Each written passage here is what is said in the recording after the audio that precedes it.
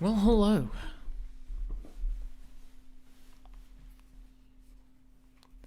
We're going to be doing some coding today, and because I got an assessment,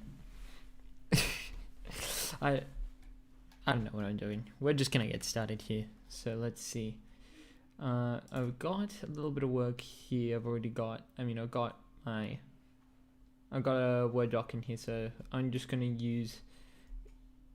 to go through Git Bash here real quick now. If anyone knows how to use Git Bash, it's a really nice tool. I think everyone can agree. So just for anyone who doesn't know, we can go into our source files. So I'm just going to put it in source, but you can really clone your repository anywhere. So it's easy. It's a pretty easy thing. And just so you know, I'm only going to source because that's where Visual Studio puts all its repos in the source. And then we can open up Git Bash here. So what we're going to want to do is we're going to want to get the web link here. Then we go on to Git Bash here, go git clone, and then we paste the link, but that is shift insert, nope, control insert. I keep forgetting the shortcut. See, paste is shift insert.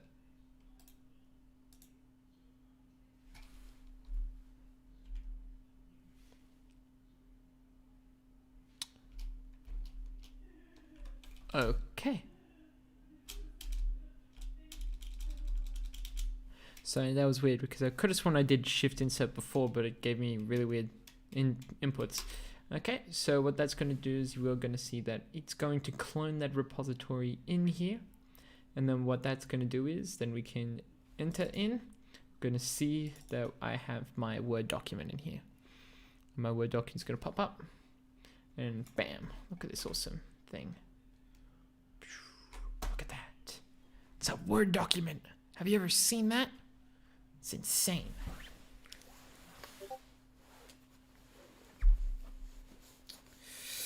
Oh boy, Discord bleeps. Need to turn that off.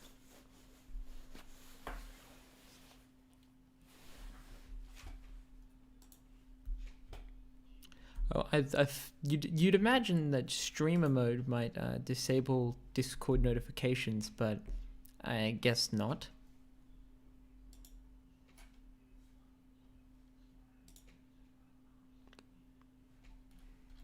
And unfortunately, I have no clue where that setting is.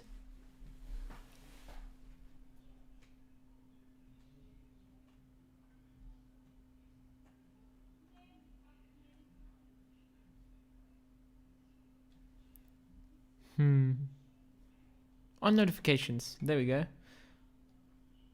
Enable desktop notifications. No.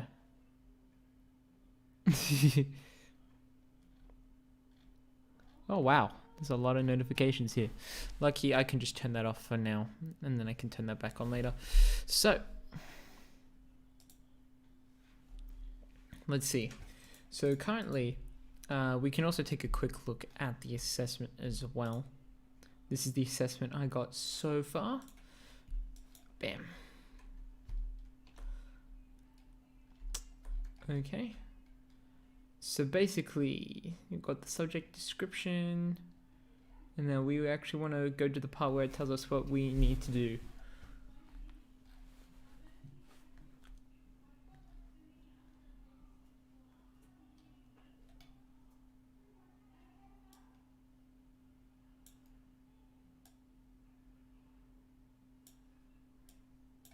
And yes, that's just about assessment description. Okay, so here we go. So this subject will teach you various aspects of artificial intelligence for games. To be assessed as competent, you will need to demonstrate real-time simulation, which may or may not be interactive, but which demonstrates a few key assembly elements. accessible elements in game AI. And a couple of important ones is entities using decision-making techniques and entities using suitable pathfinding algorithms. Now, I can do decision-making stuff, but I haven't done pathfinding just yet, so things are going to get a little bit weird. But for now, there's also a whole bunch of other stuff with pre-production and whatnot that I want to get my head stuck into before I get there, which is why I've been working on my technical document.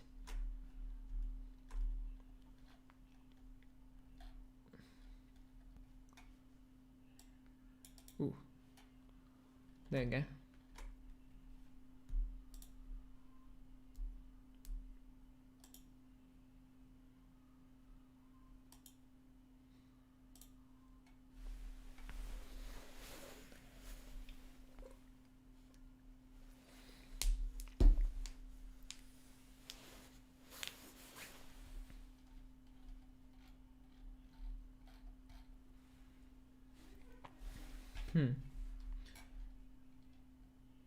Okay, so I've already got a bunch of stuff in here already, but do want to go into a little bit more detail here about like the game flow. So I haven't deleted this bit yet, so it's basically we've been given this template, and that's what we're gonna do. We're just gonna follow this template for now, and then anything that we want to add we can add in at our own discretion. But a lot of the examples he showed us were people going way too in-depth on certain aspects. Now, whether that would be important on other projects is obviously debatable, but for this one, where I think it's very important that people do read the brief when it does come to any kind of project.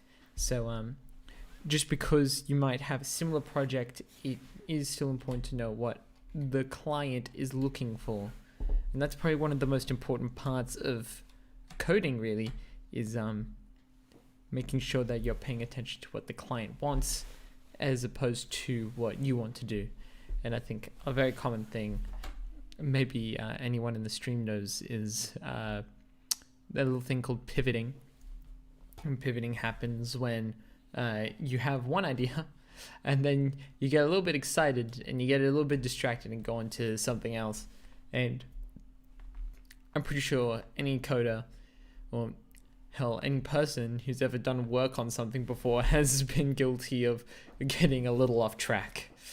But yeah, so this is what we're getting into right now. Now, my game so far is going to be a resource harvesting game, but if I do have time, I might want to create some kind of racing AI, just because I do feel like, I don't know if I can, okay, technically it's not really, I know I can't really do that as like my whole thing, because I know someone in my cohort's going to be like recreating GTA, top-down GTA, as their AI thing.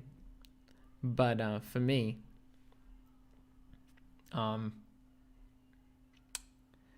thought that would be cool, but I guess I decided that I think resource management feels like a more interactive game and allows for more more AIs. You know, makes it easier in that sense, because then I can have different AI behaviors.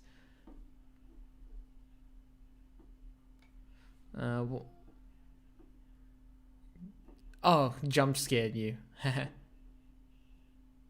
The stream crashed your internet? Lol. And then there's me talking about like version control, not version control, was it? But sticking to the brief, because God knows I have done that way too many times. Rip, rest in peace. Okay, so just in case if you missed it, I was talking about how my game's going to be about resource harvesting as opposed to a GTA style AI chases player thing. So currently this is how everything's been set up. So apparently there's like revision history, development environment, and then currently I'm up to the game overview, and I'm kind of going over some things about the game overview, and not Minecraft. It's more like think of it, I don't know, you like control agents. That's the kind of thing. So it's maybe, I know there's games like it, but I mean maybe it's something like StarCraft or whatever. You know, you control units or something, and they harvest resources for you, and then you can use those resources to create nodes. But it's also important. It's like one of those sim games. Yeah, but like maybe like The Sims, except I know there's games like that. I know where that you do that kind of thing. But yeah, that's the kind of game I'm thinking about. Gotcha. Okay, so then we get to the interesting part about actually trying to display this information. Okay, cool. Burb. So far what I've gone and done is I have used bullet points here to explain stuff, but obviously you don't need to use bullet points. You don't need to do that kind of thing. Probably the best thing you can do, I think in a lot of instances, is have a good elevator pitch, you know? That's definitely what really stood out in some of the examples my teacher showed me, was that granted, unfortunately the person who actually had one of the best kind of game overviews didn't put much effort into the game itself or any other part of the overview, but it certainly was an amazing elevator pitch. And it's just like saying, well, in this game you control a farmer, and the farmer, he places seeds down, and the seeds can lure the chickens around the farm, but you got to be careful because there's a fox, and if the fox eats a chicken, then you know that's really bad for you, but the fox will go back to his resting den, so you got to like protect the chickens by leading him away from the fox. And then in the end, the chickens, it's really funny, there was actually no fox in that game. He didn't actually program a fox. Also, there was no other behaviors other than the seeking behavior, and the chickens, if they stood still for long enough, would just disappear from existence. It was really hilarious. It's like the one thing, like they had like wander behavior and then seeking behavior, and it was hilarious. Just like the wander behavior just like caused instant chicken death. It was dumb. Okay, so enough talking about other people's games, but right now I'm going to focus on trying to make I feel like I want to make this look a little bit neater. I don't know, it's really getting to me right now. Nope, a bit too much. Nope, a bit too little, bit too much, too little. There's no good. Where is a good subheading?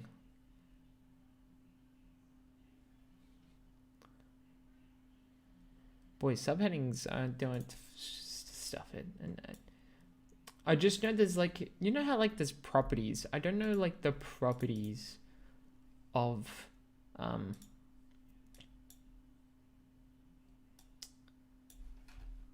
you know how like certain certain headings, I don't know what it is, but certain headings have like the property that you can see it on the side, like on the navigation menu.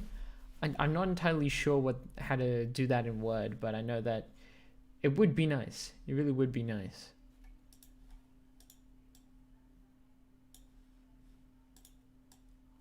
I'm gonna make important part is also, you know, displaying your idea. Trust me, the visual communication of information.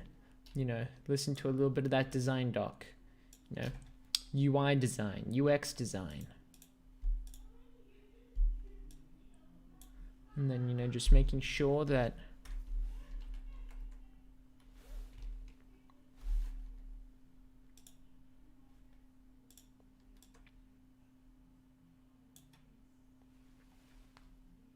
Mm-hmm.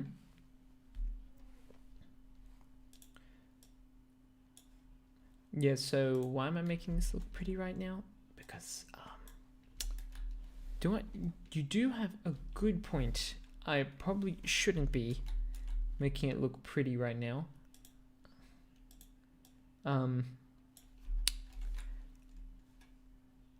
If you want to know the correct answer, it's because I'm very easily distracted. Being distracted is probably my most natural state of being. Sometimes I can get so distracted that hello.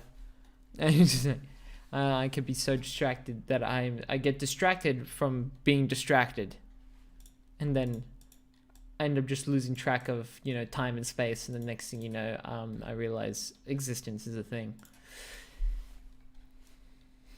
It's pretty funny sometimes, except from the times where like somehow like 4 hours disappears and I haven't done any work. So this is what streaming is for. Accountability. Okay, let's see. So the player is tasked to manage agents to harvest. So you have to, which is you must. It's a great plan. Thanks. Yeah, it's an ingenious plan. It's a cunning and ingenious scheme. I can't get distracted if the internet is watching. Anyway. So you must keep your helpers alive by commanding them to harvest resources from resource nodes and protect them from enemies. Yeah, that's important.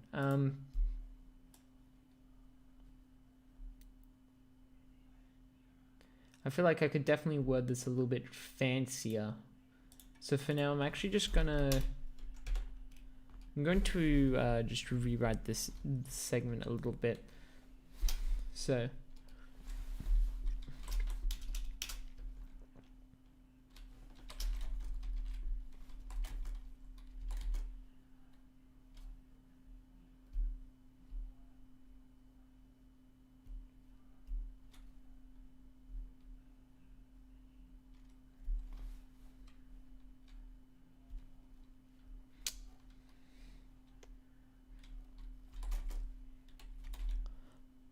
I'm gonna. I feel like I don't know if I should say this exactly, but I want to say you.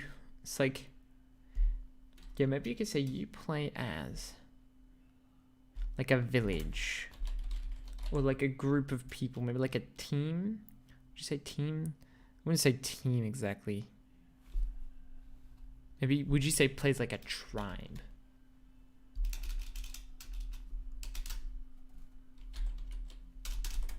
There we go. Maybe put a little bit of soul in there. Tribe.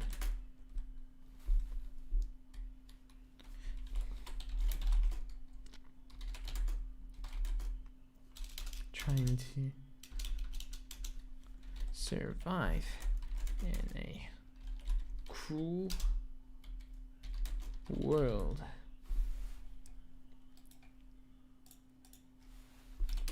There we go. Now that sounds a little bit more interesting. Hello.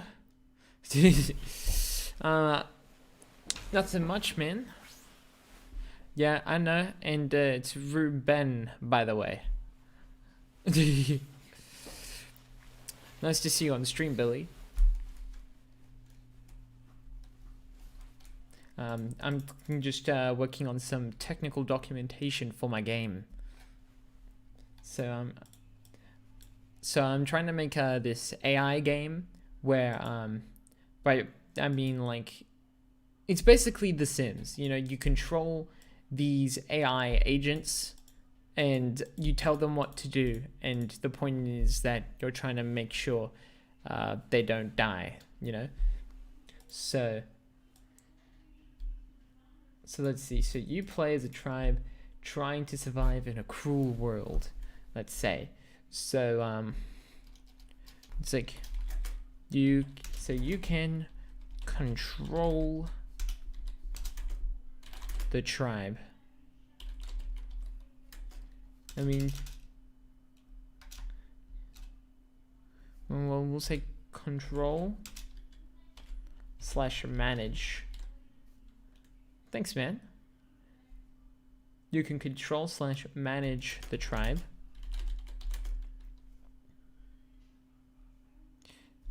to ensure their survival.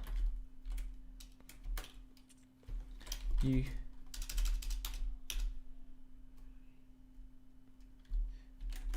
by it's like telling the tribesmen.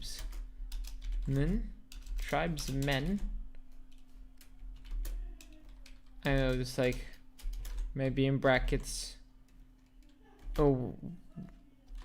Women, tribeswomen. You say tribeswomen? I don't know. Tribespeople. There we go. Keep it gender neutral, boys. Commanding the tribespeople to collect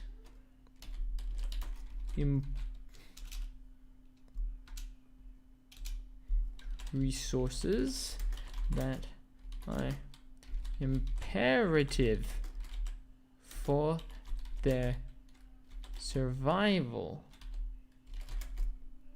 such as food and water.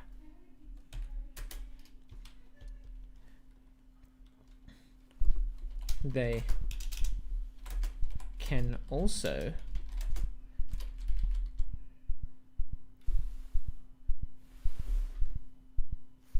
hold on one sec. I'm gonna quickly grab some water actually.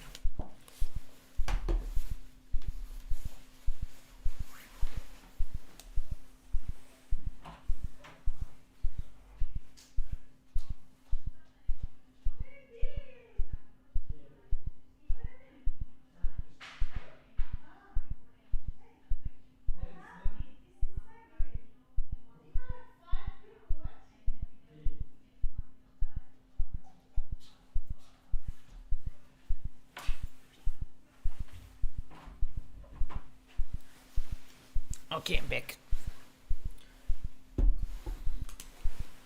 Sometimes hydration calls.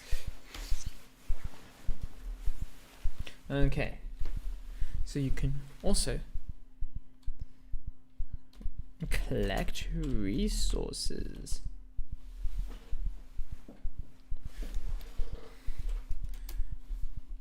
Which be used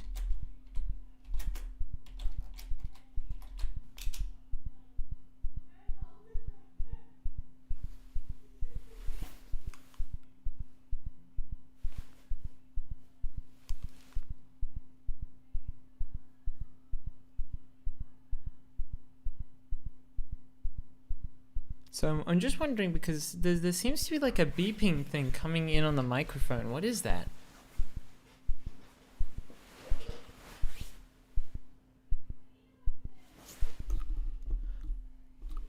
Oh, it was my headphones. Okay, sorry, my headphones got unplugged there for a second. That was weird. It's making like a weird heartbeat noise. Making me feel a little anxious there. Anyway. So, they can also collect resources which can be used to create huts to live in and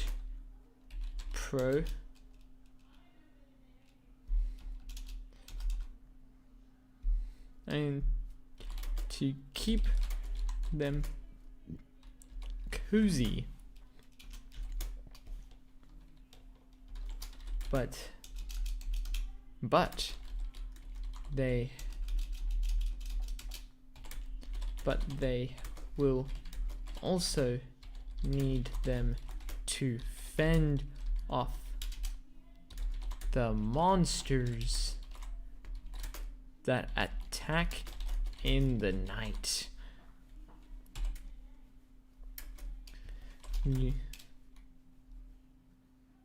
have to spend, so you have to set. You have to manage your tribe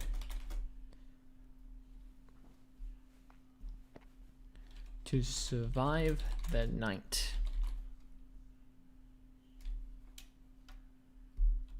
You have to manage your tribe by setting workers to... Thanks. So by setting workers to specific jobs of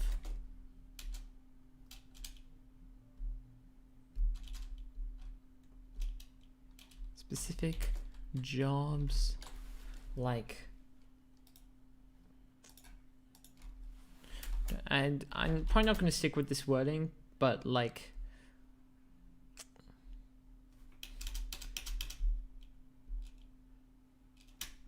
maybe give it specific jobs by setting workers to harvest, guard, or build in order to survive and beat the game. There we go. That's what we're talking about. That is what we're talking about. Okay. So what other stuff does it say it wants us to go over?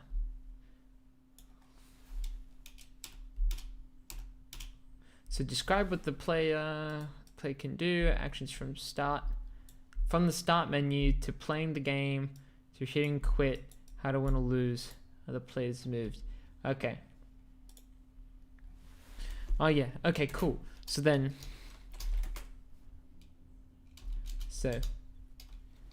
you lose once. You lose if all your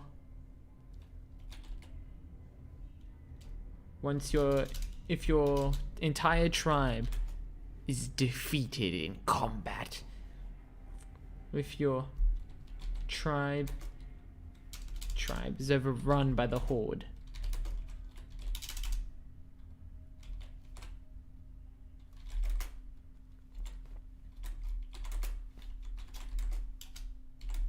But if you manage to survive for 7 days and beat the big boss,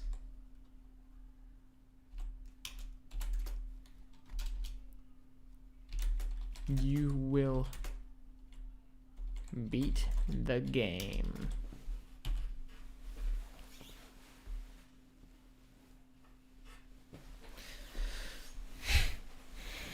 There we go.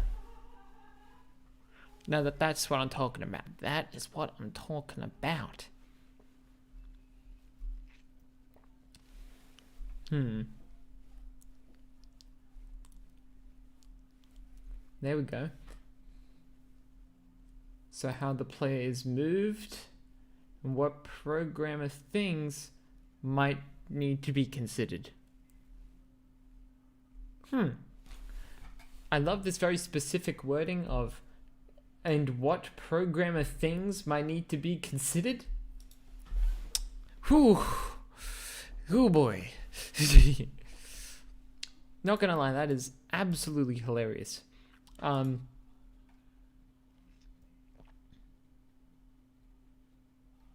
Maybe also add in there, it's like the game is pausable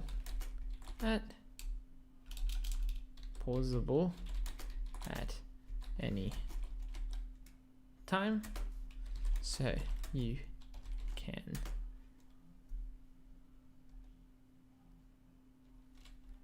quit the game whenever you like. I'm not gonna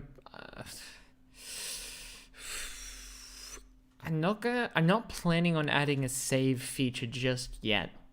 Especially because I don't plan on making this like a really long game. So for now, I'm not gonna have any saving. But in future, I might add.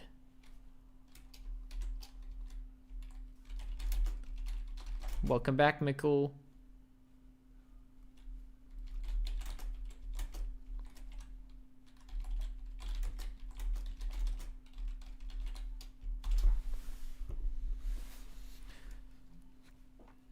Okay. Game customization.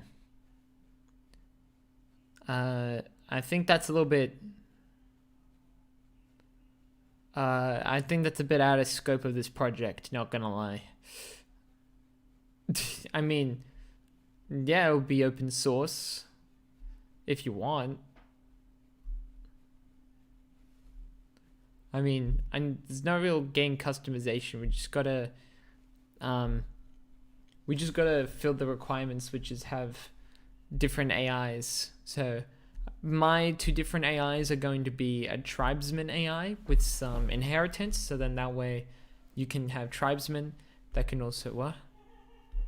Keybinds? Oh, it's going to be like a really simple game. There's no keys. I mean, like, the most you can do is, I'm thinking, like, at most it's going to be like maybe context sensitive clicking, you know? Click on a unit, click on a tree, and then the unit will go to the tree, kind of thing. No real keybinds.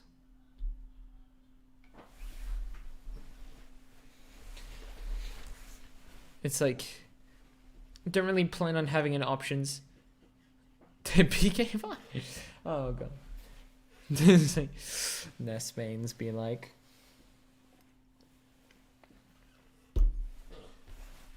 But yeah, definitely good idea. Thinking about options. Was certainly not thinking about options, but now that I think about it, options would be pretty cool. Yeah, just gotta. And it's like, just do it. Typos, just do it. Okay, so then. End game. Yeah, I mean, typos as end game or like options as end game? Because for me, options seem pretty end game to me.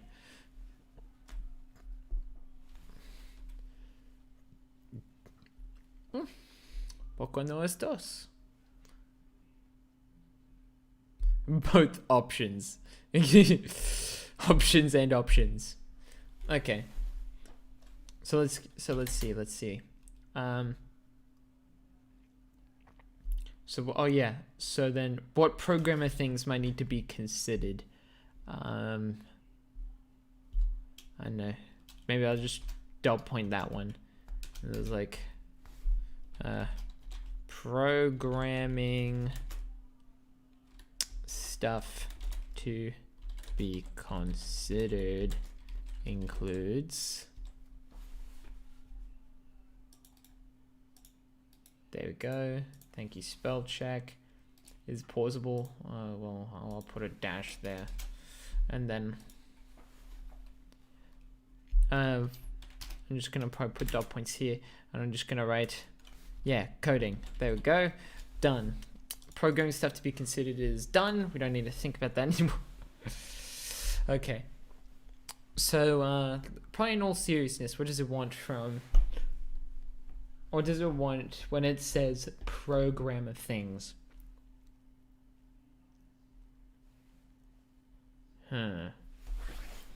So, programmer things. I'm thinking, well, coding, yes, but that's the whole point of the game. So maybe a little bit more specific than coding. So, what does a programmer do? They just code, man. Oh, header. Yeah, but they just code. You just make it so game work good. For me, that is a very interesting management. I'm not saving any files. It would just be an exe. Organize what? The files?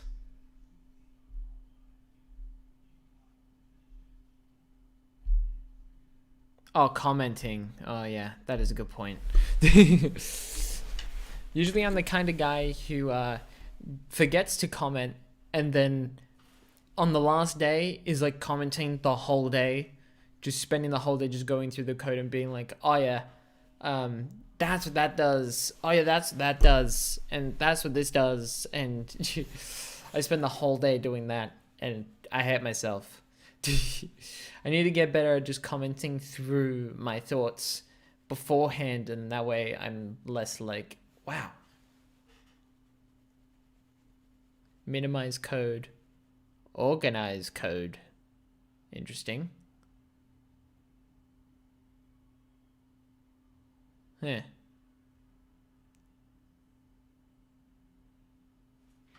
So basically just something Sid Meier's needs to do. Boy, it's like you think Sid Meier's is bad? Call of Duty Warzone is worse.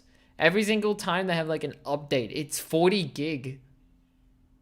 No joke, it's a 40 gig update. Yeah, no joke.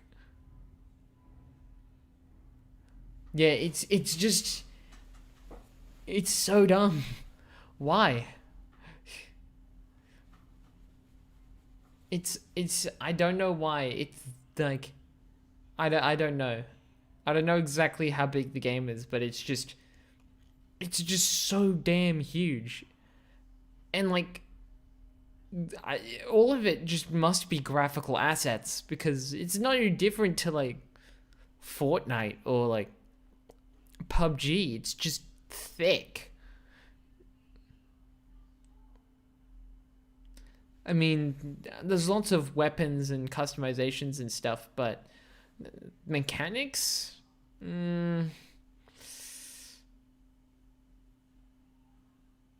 I guess. Yeah, mostly. Yeah, it's mostly in the graphics. It's like I know they do have some stuff in there, but definitely I did like one of the things that kind of annoyed me about Call of Duty Warzone was there's this one gun that's locked behind getting sliding kills, and I think the good thing to do with most achievements is make it so that whatever you're trying to achieve, yes, is hard, but also like remotely useful. And the thing is with sliding is that it's really, yeah, it's the problem with sliding in Call of Duty is that you don't slide for a long time, so it has to be a high DPS weapon, but then also your accuracy goes like way down, as it probably should, right? But it's just like, so you want me to do this thing that I need to somehow be pinpoint accurate, even though my gun is going to be aiming like 45 degrees away from like the front of the barrel. And then two, I got to do it all in like a really short amount of time, and I can't be missing my shots, even though I am going to be. It's like it's a really weird thing. It's like they want to add this level of complexity, yet it feels like it's there because it can be. The worst part is that it's like it's an SMG type weapon. So you're not sliding and then getting like a shotgun kill or getting a sniper headshot. You got to be like tracking the target as you're sliding. So you can't be far away from the slide because you won't hit them. So you have to be inside, sliding, tracking them the whole time, and then killing them. But also you got to make sure to not take your finger off the W key or move too far, otherwise you'll stop sliding. It's so bad. And then the gun you get from it is pretty good, but is it really worth it though? I don't know. All I know is that like they want to make you use this horrible mechanic that they want to make you use this like undercooked mechanic and to unlock this weapon, and it's like you can? But why? If there was like even a situational use for sliding, it would be good. Because then you can be like, oh, it's for style points. But then you actually get the kill and you're like, oh, that's cool. Instead, you just kind of look like an idiot when you try to slide. Yeah. Especially because you lose all your momentum so fast, and then it makes it so much easier for them to track you. It's kind of like, why? Actually, I'm thinking about making a review on Call of Duty Warzone. Not entirely sure when, but I'm getting there.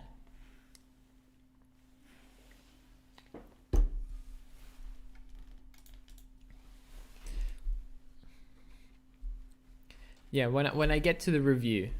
But first things first, assessment. Hello. Caught me in the middle of doing some coding, but had just a quick rant about how Call of Duty Warzone has this sliding mechanic that they want you to use to unlock certain weapons, but it's absolute trash in every situation. I mean, I think now that I think about it, I'm pretty sure there is like some downhills, but usually most enemies will be able to pick you off. So there's no point in sliding ever, but they lock stuff behind it, so it's like great. Okay, so my game idea is it's a resource management kind of game. So I'm right now. It's I got it right here. So you play as a tribe trying to survive in a cruel world. You can control/manage the tribe to ensure their survival by telling the tribe's people to oh, wait, is it? I'm unhappy with that. Tribe's people is one word? To collect resources that are imperative for their survival, such as food and water.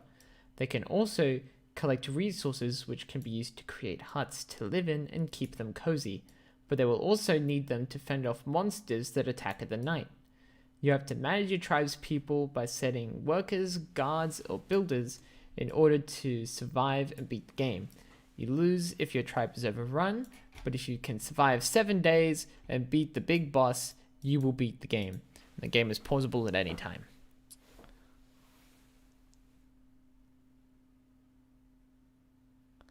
Yeah, it's a you play as God game. Yeah, except you can't do anything to the monsters, just the tribe.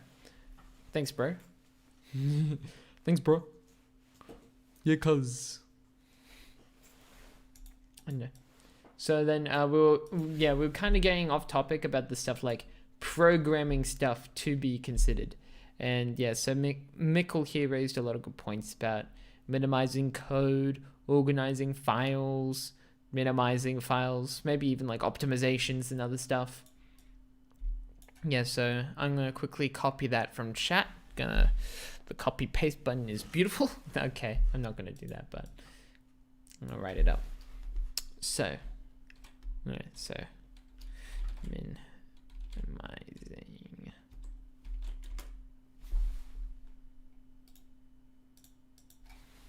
code, minimizing file size,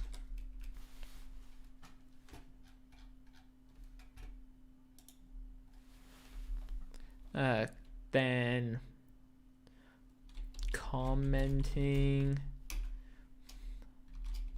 optimization. I mean, some of this stuff isn't really going to be too important in the grand scheme of things. Probably commenting is probably like the most important one out of all of these. But stuff like optimization, minimizing code and file size would definitely be more important in bigger titles. But because we're going to be using very simple graphics and probably not many agents, it probably will be a lot easier to optimize for. Or if any optimization is required, really. Organizing code into correct classes.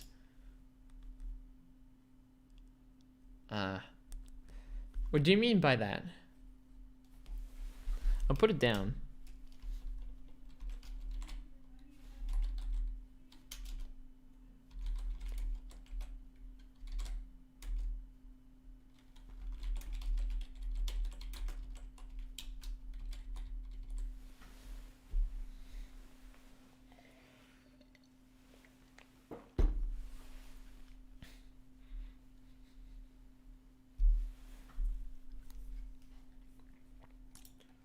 Let me quickly just do some of this.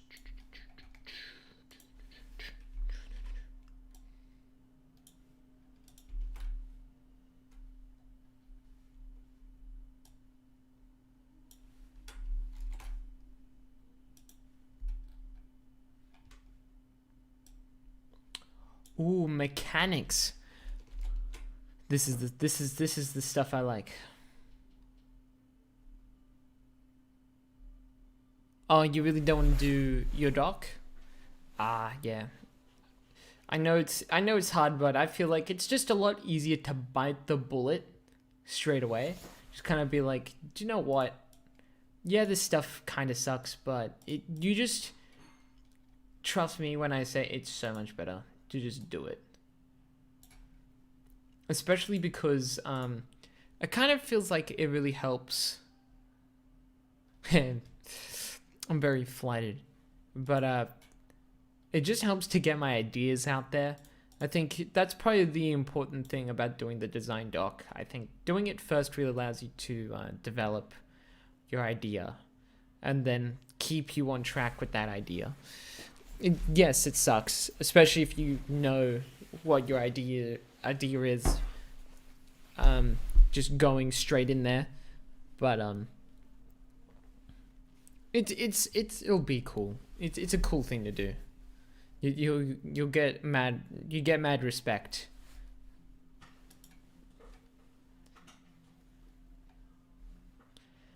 Right now, like the reason why normally I really don't like doing design documents, but because I don't really have a super clear cut way of doing stuff. Yeah, it's all about that mad respect. But because it's was it really clear cut? I don't have a clear cut idea. I kind of feel very comfortable. I feel very comfortable starting with the design doc. Just so then I can flesh those ideas out. So then a list of core game mechanics. What the player can do, how they can achieve this, and what triggers in the game. For example, shooting enemies is a core game mechanic in FPS. And it's like, no movement, I think, what is it? I'm trying to think of a really dumb thing. I think the resource harvesting mechanic is a very important part of first-person shooters. Resource harvesting is the most important. Changed my mind.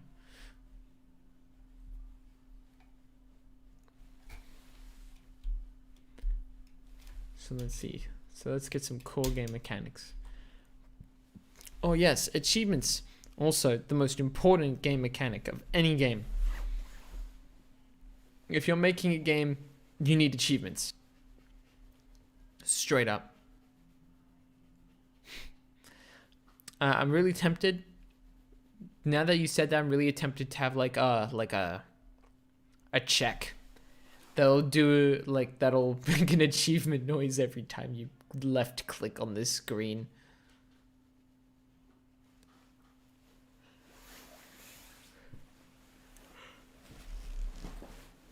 In the pause button, every time you press pause, there's an achievement.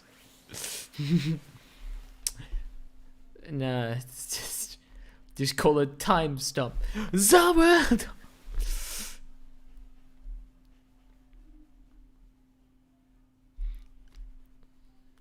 So core game mechanics.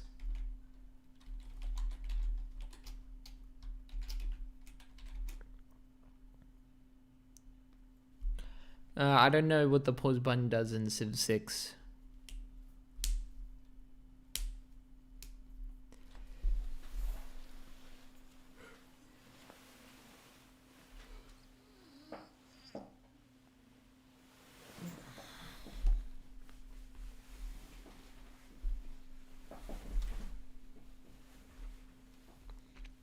Yeah, boy, we can do some doc stuff together. We'll brute force.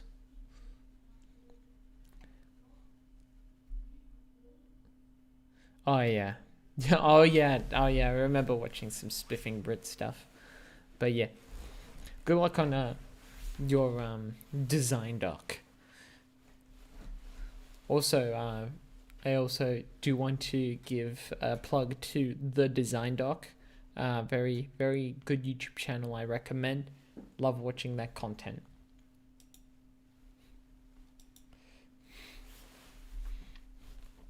Let's see some cool game mechanics. But we have, for one thing, resource harvesting. That's going to be something cool. We also got, well, we have, what is it? Agent control, and also a bit of like agent autonomy. Yeah, so then we also have like survival mechanics right there.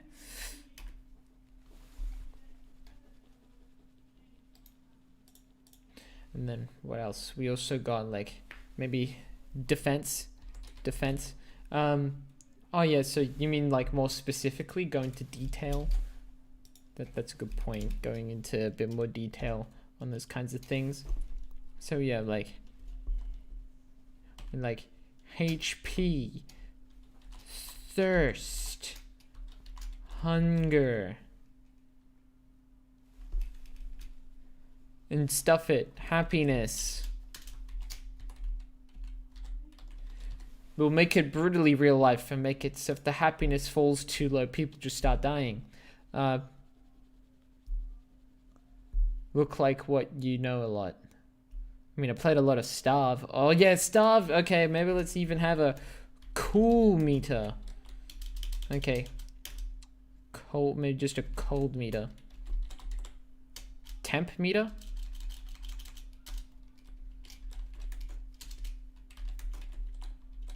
Yeah, happiness is important.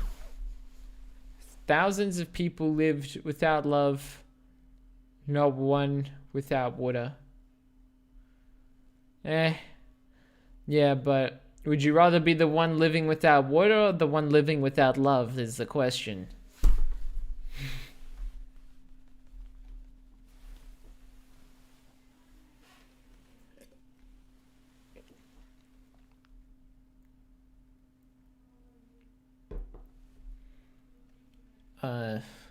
I forgot. Is the latter the water or the love?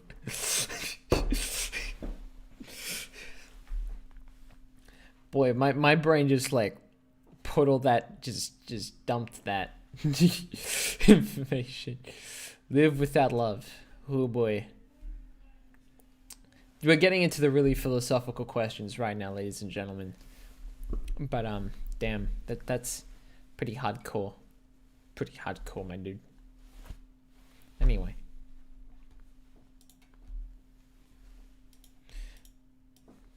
So let's see, a list of game mechanics. I think, so we have, you know, say, do you say more than 3 days? But would you want to live more than 3 days though? That's the question.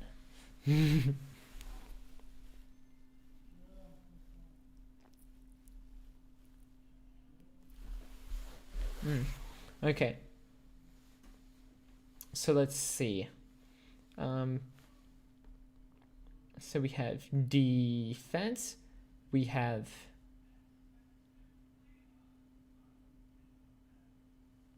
was it horde combat? Horde combat, yes.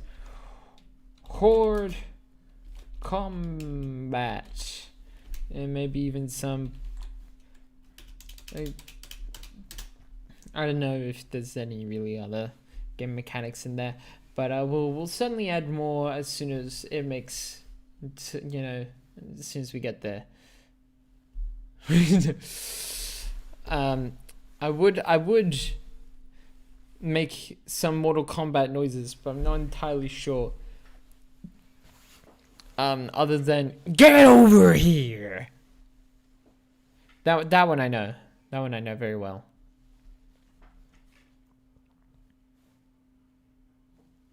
copyrighted. It's like, yeah, it sounds like demonetized.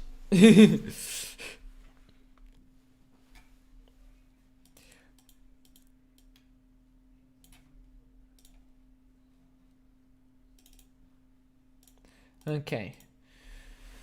Describe graphical features. Now, this is the thing.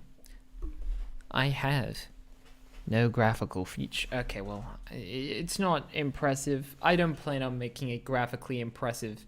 I just plan on making it work. Apparently my stream's current bitrate is low, but what's it saying? Stream health. Okay. Hold on, I actually just gotta change my stream settings out here. Output.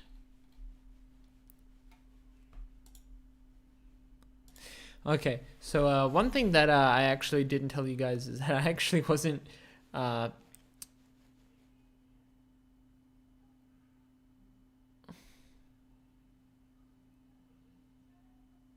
da da dum da da dum da da dum dum dum dum da da. Was it dum dum da dum da da da da dum do da do da da dum. Oh.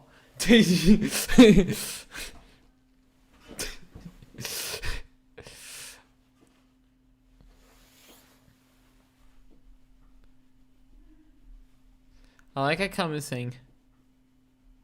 Okay. Dun dun dun dun do dun dun dun dun dun do dun dun dun dun dun do dun dun. Okay, so enough kind of like pseudo beatboxing aside, and warnings about my health stream. We can get into this. So, yeah, let's go. So let's go do some graphics. Back to the point. +1. So graphics. So we're going to talk about the graphical features. Now, this game is going to be, it is a top-down 2D game.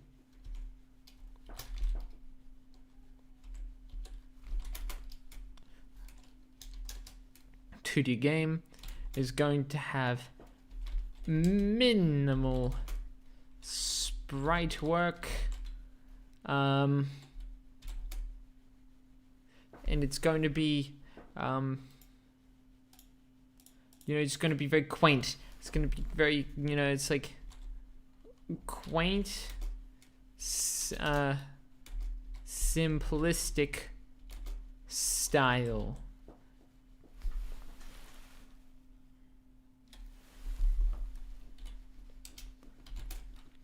Lots of color.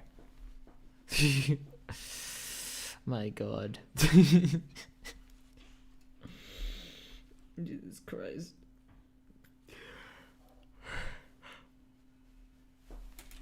Do you think I should also write down some inspirations? I think I might want to write down some inspirations. Explosions. We're talking about graphical style, but I'm thinking, how about some like inspirations from like Dwarf Fortress? To be honest, I've never played Dwarf Fortress, but I think I want to. So maybe even it's like inspired by Dwarf Fortress. I can't spell fortress. But one thing that, so actually, now I'm actually curious. I want to see Dwarf Fortress. Like, is there a download for Dwarf Fortress? Oh, Dwarf Fortress. There we go. Oh, it's on Steam. Hey. Oh, they're bringing it. Oh. No, this is the new one. So they're planning on remaking Dwarf Fortress.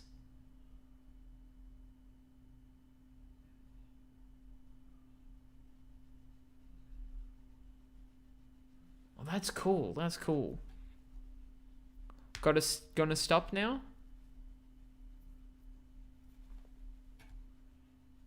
Oh, Dwarf Fortress. It's a really old game, but this is like a renewed version. Let's see. I want to take a look at the original look of Dwarf Fortress. We're talking about this thing. See, this used to be the game everyone played. Everything looked like this.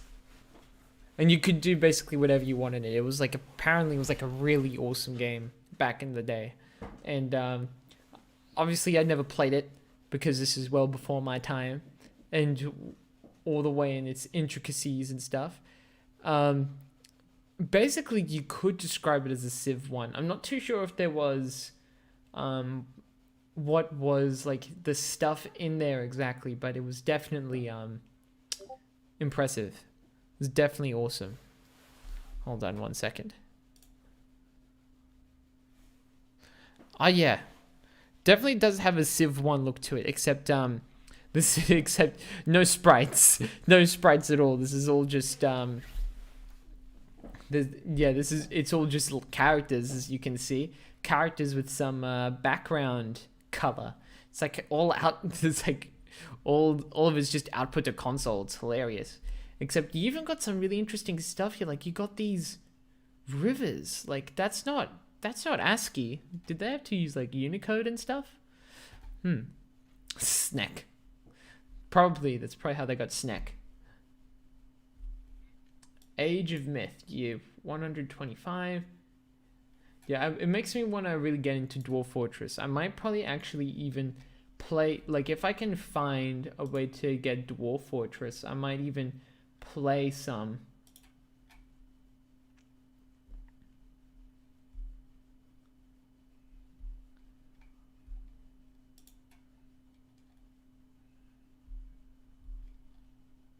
Dwarf Fortress Classic for Windows. There we go. Yeah, let's play some Dwarf Fortress. I feel like this is exactly what we might want to do if we want to do like a really simple kind of game. And I mean a really simple kind of game. So let's see. Well, when I say really simple, I meant simple graphically. Okay, a whole bunch of API. Where is this the application? Oh, here's the application. Here we go. Dwarf. Oh, it's a zip file. Never mind. So let's quickly unzip. Extract.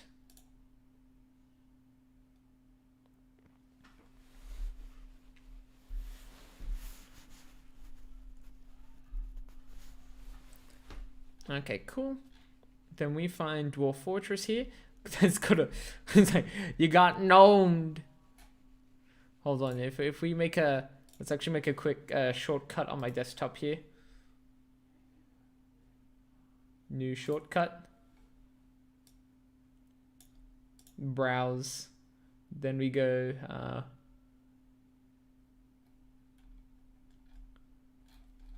well, we'll go this PC. Downloads. Here. Dwarf Fortress. Oh wait, and then it goes there. Then we hit OK. Hit next. Dwarf Fortress. Oh, come on. Okay, properties.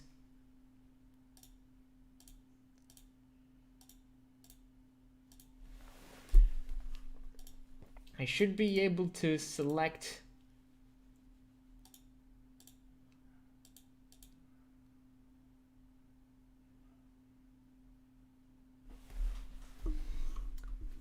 Change icon? Damn it, there's only one icon! And it's not the same! Okay, that's sad. Sorry about that. So we're gonna run Dwarf Fortress and we're gonna be a little upset.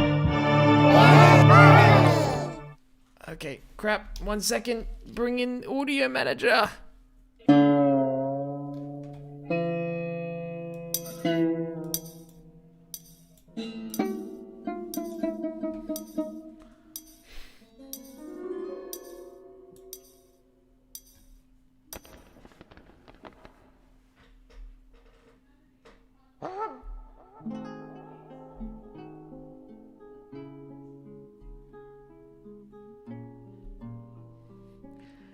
is Dwarf Fortress, guys. It even plays in full screen. Maybe we could even play this in 4K if we really wanted to. I've got my display over here, but maybe not. No, we'll keep it 1080p for now. Let's see if it even works. Okay, so Slaves of Armok, God of Blood, Chapter 2, Dwarf Fortress, History's Avatar. So create new world. Design world with events parameters. Object testing arena. About Dwarf Fortress. Okay. Press enter to select an option. Then use the arrow keys. Okay, boy. God of Blood. Hardcore. Escape at any time for options, including keybinds. Question mark at any time for manual. Okay. So what if I do it right now?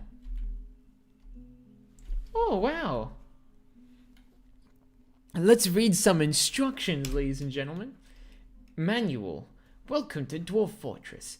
Prepare to guide your stout charges to fortune in a world fraught with many perils. You'll begin by creating your world and watching an animation of the region's history. Once this process is completed, you can prepare a group of dwarves and send them out to seek wealth deep in the mountains.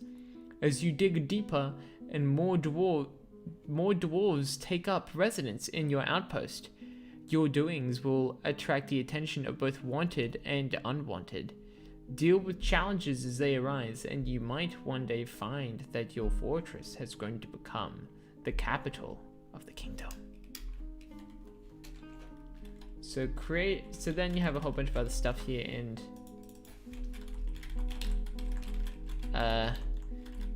remember, losing is fun. I'm not actually getting any movement with the arrow keys here or Wasad, so we might hit escape. So we'll create a new world and then we'll wonder why everything's going horribly wrong later.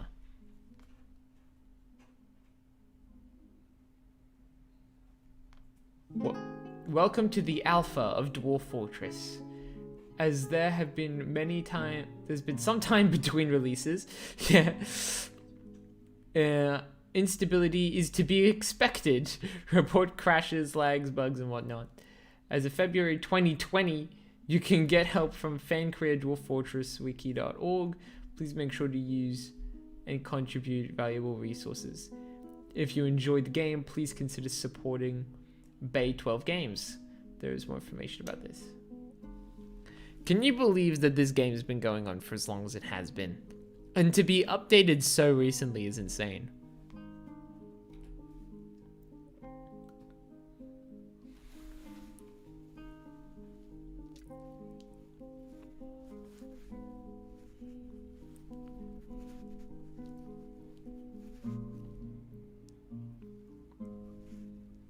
Huh. Barbarian horses. Seems like a problem. Okay, so history. So we can have a whole bunch of different worlds. Ooh, we can change our world size so we can have smaller pocket, and then medium, and then large. We'll go for medium, I guess. That's recommended.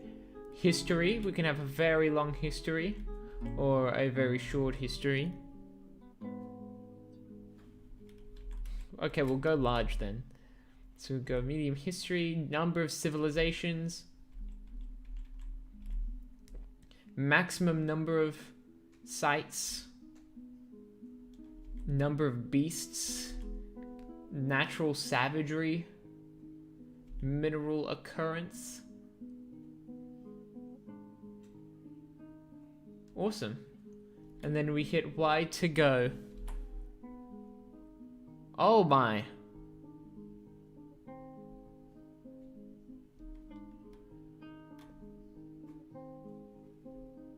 This is the original Minecraft, ladies and gentlemen. Look at this world creation.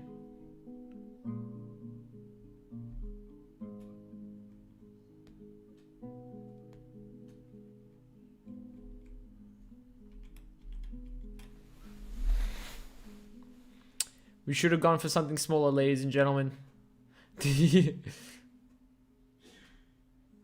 Now we're gonna wait for 1,000 lakes and minerals to be placed.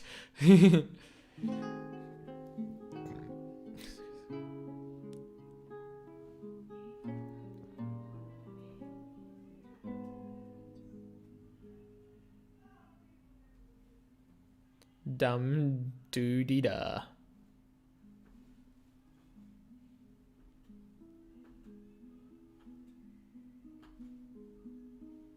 This is a really calm and relaxing music.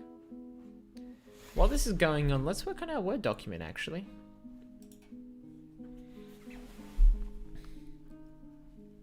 Now would keep in mind that just so everyone knows, I don't know how much of this YouTube stuff works, but I do want to give a huge shout out to the creators of Dwarf Fortress, which is Bay 12 Games, because trust me, to last this long on this one game is absolutely outstanding. Like, the only thing close to that in terms of holding on to a single franchise would be Minecraft. You know, it really has become an understated cult classic. So I just want to put that out there and be like, awesome to know that Dwarf Fortress is always here to give you a free gaming experience. Microsoft? I meant like a specific game, not like a company. Anyway, let's work on some artificial intelligence. So now this is going to be where we describe what the different artificial behaviors do, which is good. We've got fuzzy logic, GOAP. Describe various behaviors and how they change the behavior. How do the creatures in game evaluate the world? So then we can, I think the best way to describe it will be to talk about the different kinds of behaviors we have. So first we'll start off with behavior types. So first we're going to clearly describe the different types of behavior we will be having in our game. So we will have, importantly, seeking behavior.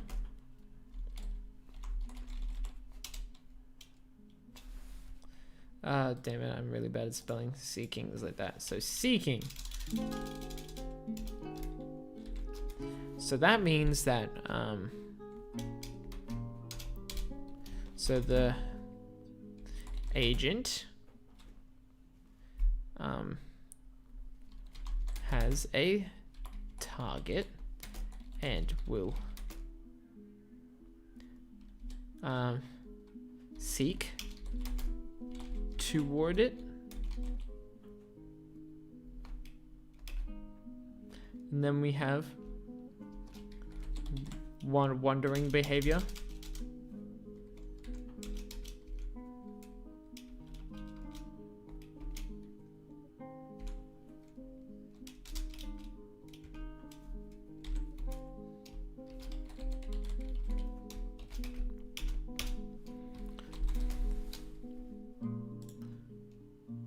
Ooh, almost got our mineral deposits all done.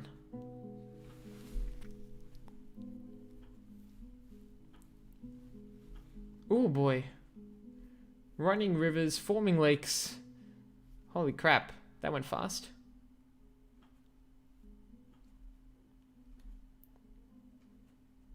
Now it's reforming lakes and minerals.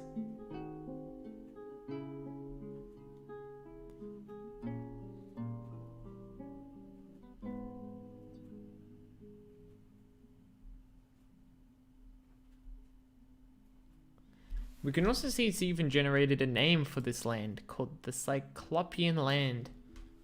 Very interesting. So anyway, So we have a seeking behavior. We now that I think about it, it's probably worth it just put it there. So then we have a wandering behavior, which is going to be, you know, the target.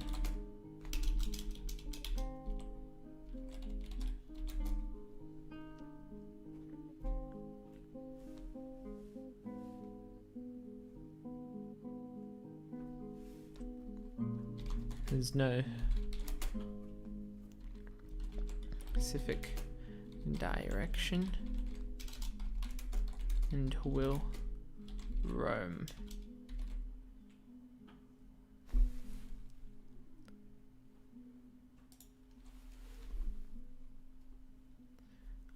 I think judging by the way it was explained is that I think it kind of wants like also a bit of a coding explanation of what Wander does.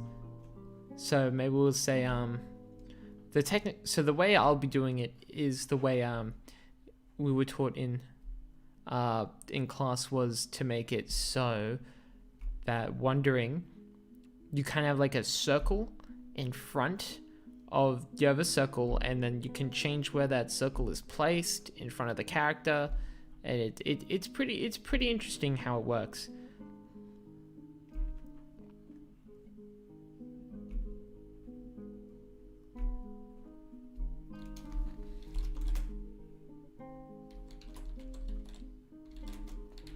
Well,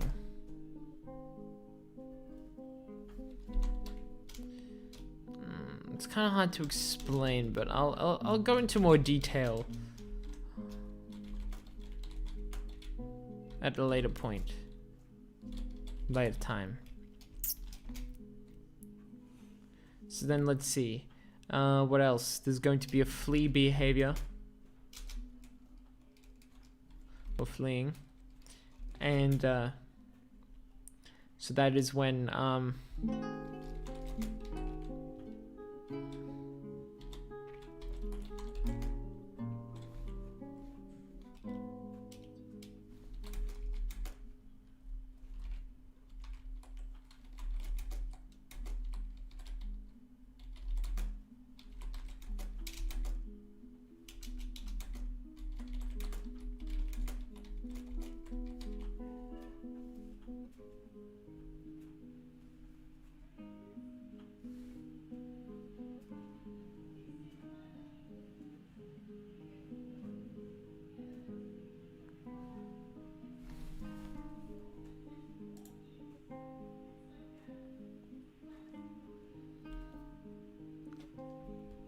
damn. Okay, so it's simulating.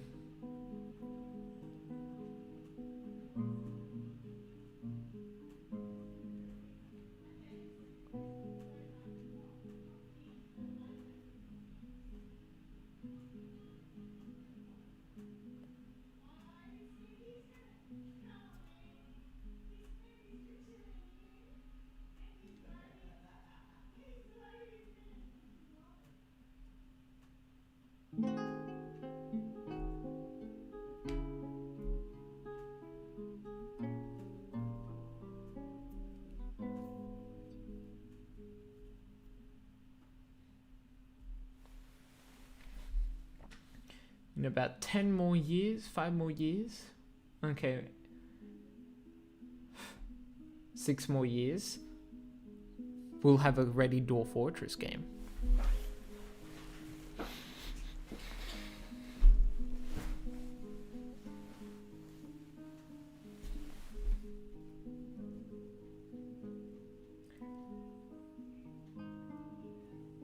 And this is it.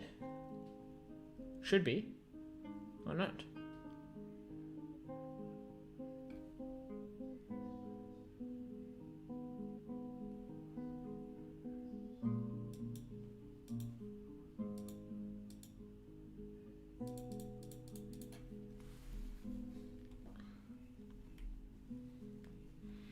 Has it already started?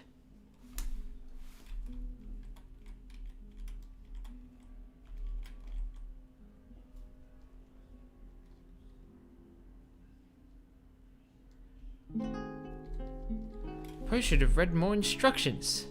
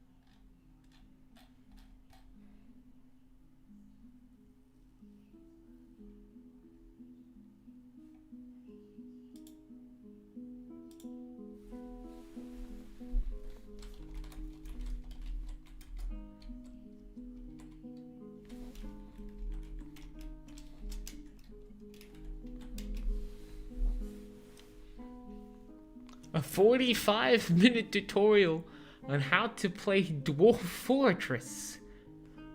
Holy moly.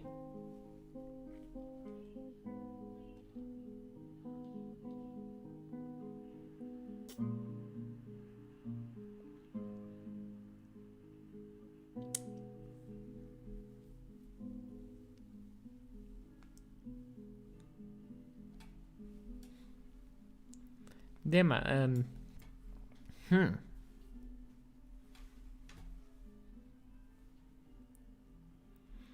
Finished coding? Oh no, that isn't what we're doing. I'm trying to pull inspiration from this game that I remember talking about. It's called Dwarf Fortress, and before that we've been working on the design document. I just wanted to get this game ready because it seems like a really cool game.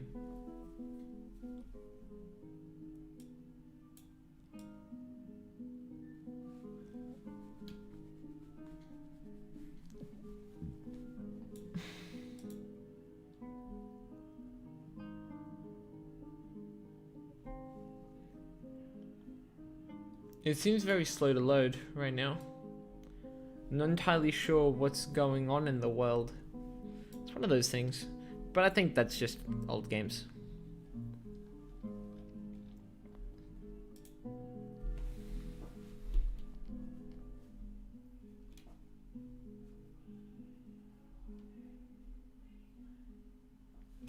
So we've got the fleeing behavior. Now what other behaviors do we want? We want to also pathfinding behavior.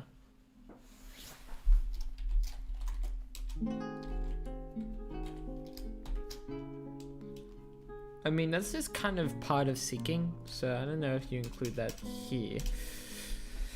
But anything else interesting? What other kinds of AI behaviors? Combat. That is true. But is that an AI behavior? Yeah, it is. Yeah, let's do that. So we're gonna also have a combat behavior. We also have a harvesting behavior. And we'll go into more details about how those work later. But what I also want to go into right now is also the agents.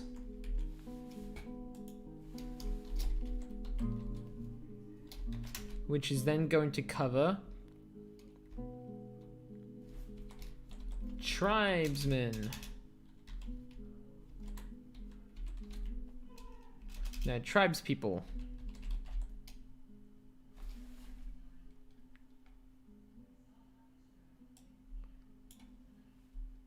So let's go over this. We'll make this bold and thick. Okay.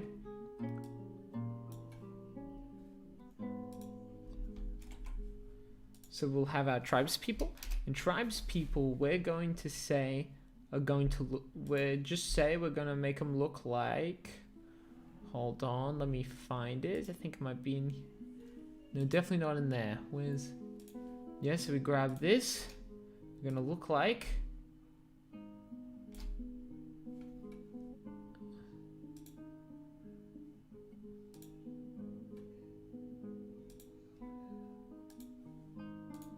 There, they look like this.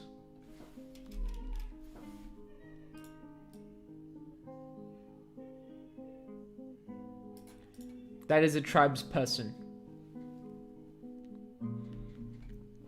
Recruitable? I was just thinking that tribespeople, they'll spawn more tribespeople if they have the appropriate resources to do so.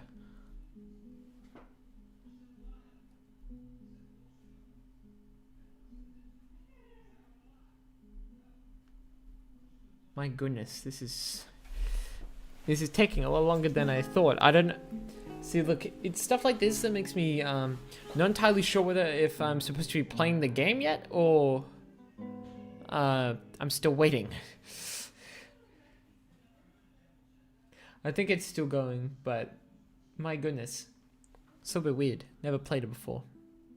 You can see that it's also moved. The map has moved a little bit. We're somewhere else right now.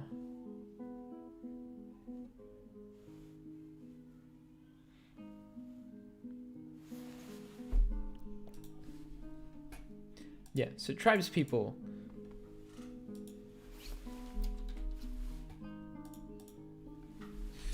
So the tribes people will... Is that Australia in purple? Hold on, let's take another look at the Dwarf Fortress right now. Oh yeah, that is... It's a purple Australia. Yeah, that's that. See, blue, that purple stuff is the number of COVID cases right now, especially in Melbourne. Okay, definitely not a safe stream. I should have not said that word.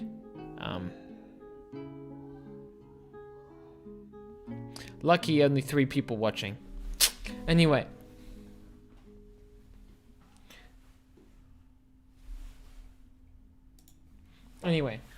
So the tribes people. So tribes people will have some basic behaviors.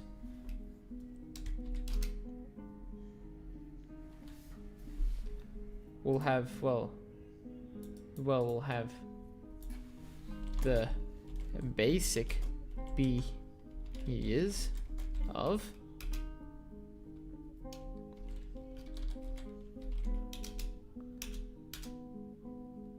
like fleeing. Oh yeah, pursuit. We also need a pursuit. Which is going to be pursuing a target as opposed to just a point on the floor. And seeking, pursuing, kind of same thing. Fleeing from enemies and wandering around home base.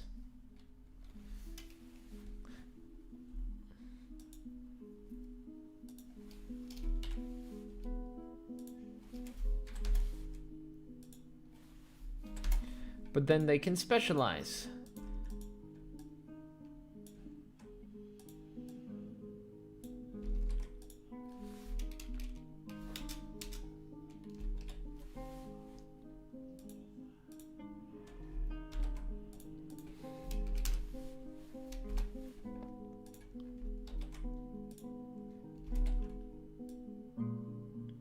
So we have that, and then we want to give that thing an axe.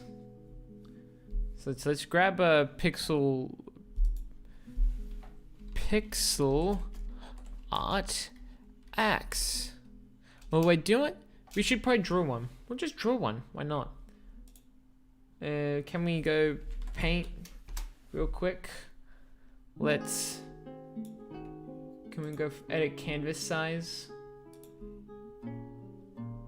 Pickaxe.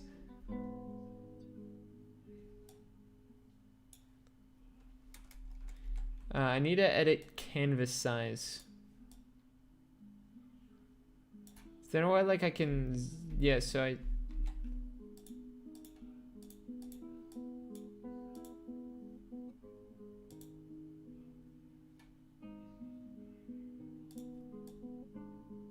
Aha! There we go. So you can do pixel art with this. I just need to change the canvas size.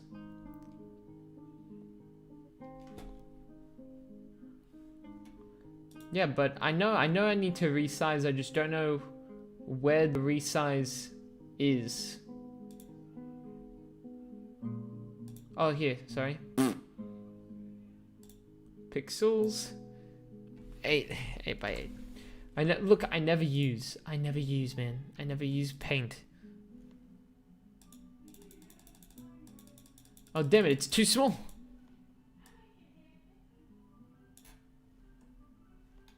Okay, so let's make a little axe. So what we want is we want the color gray. We'll use the pencil tool here. Oh boy. 8 by 8 is tiny. That's okay though. We got this. Ooh. Our eraser tool is too chunk. Whatever, we'll just have to start. So we...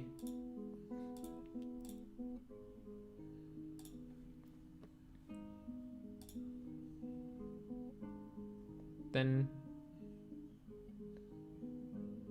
Oh, no, no, no, no. I remember. We'll make the base out of wood. So we can pick a color. Where's a brown color? This looks kind of brownish. What if we take that?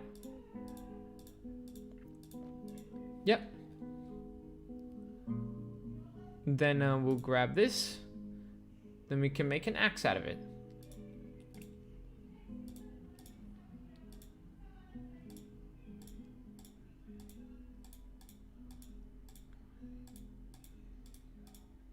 There we go. Axe created.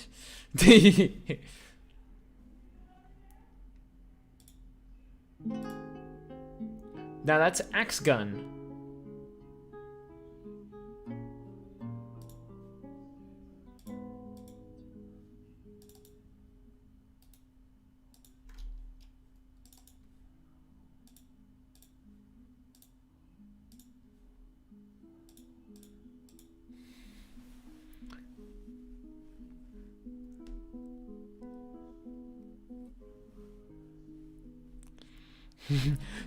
Da-na-na-na, da-na-na-na, da-na-na-na, da-na-na-na.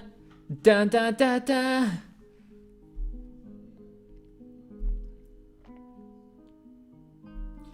Yeah, I need to take a look at what a good axe looks like, because this looks a little shonky in my opinion, but we'll get used to it.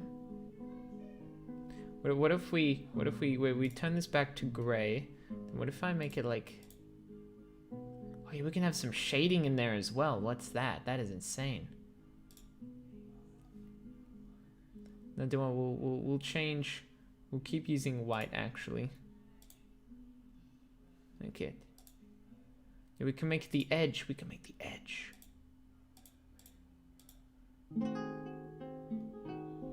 There we go.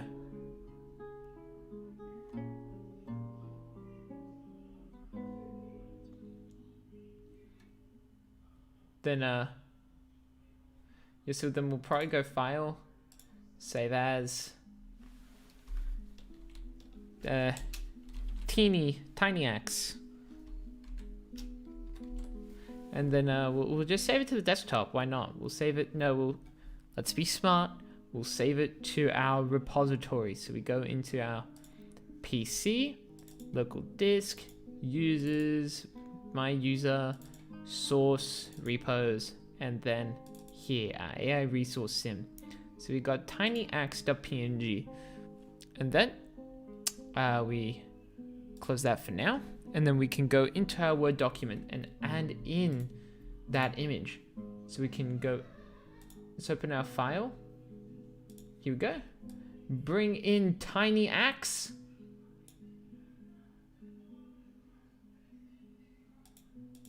I think Tiny Axe is a bit too tiny. We might need to scale up Tiny Axe.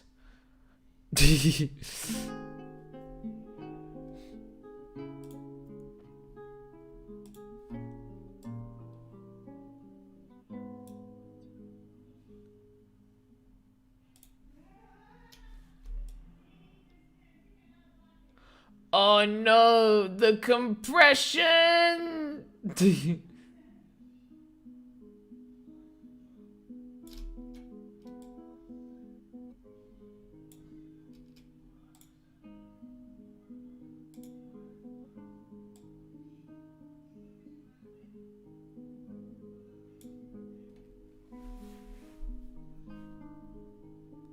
Yeah, resize. Yeah, this is bad. That's just bad. Okay, so we can so we open that in Paint again.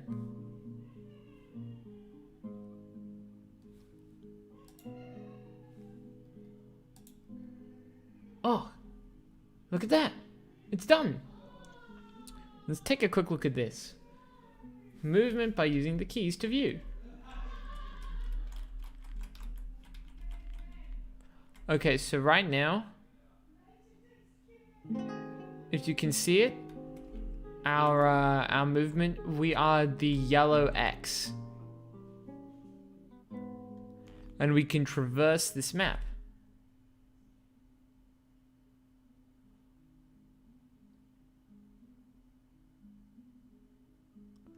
Oh.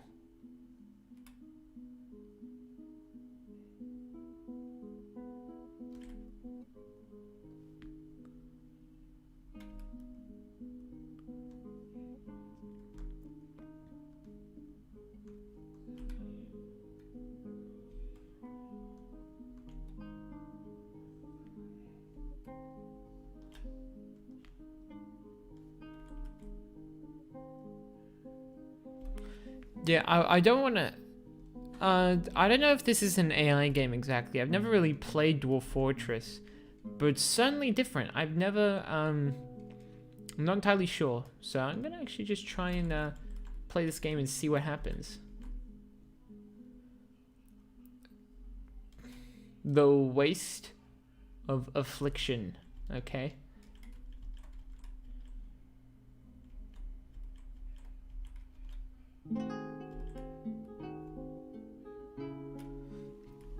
So, export image / info. Okay, so we'll hit accept.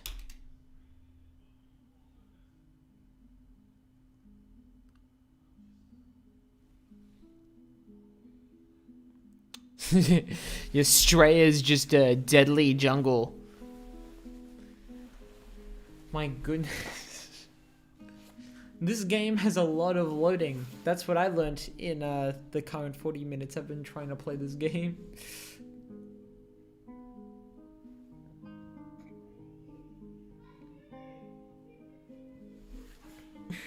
Excuse me. Saving buildings. What a hero. Saving coin information? Bruh.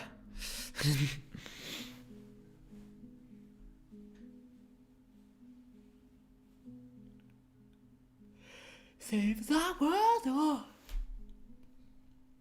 Okay, there's going to be a lot of saving. Okay, I guess not. So, we're going to check on our little thingamadoodad here. So, can we open in Paint? Yeah, I think we can. What happens if... So, we get Paint here. We give Paint an open. Yeah, so then we resize this image. So we grab this.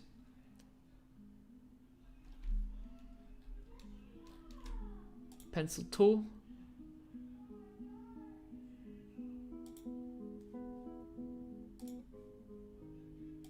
Awesome.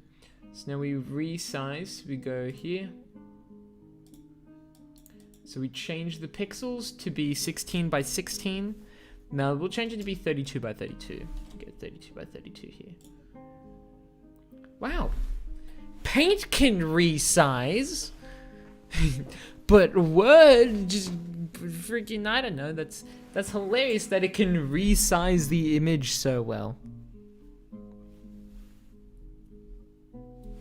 So we can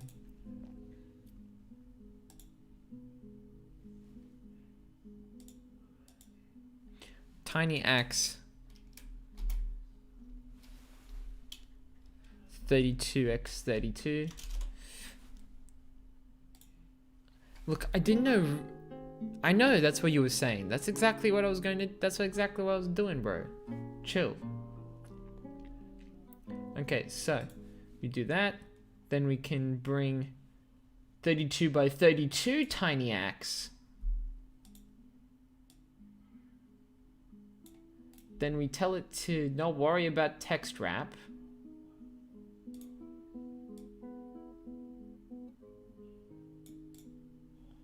And then it's gonna worry about text wrap.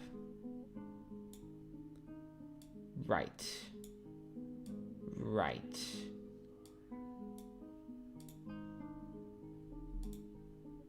There we go. There we go. That's what we want.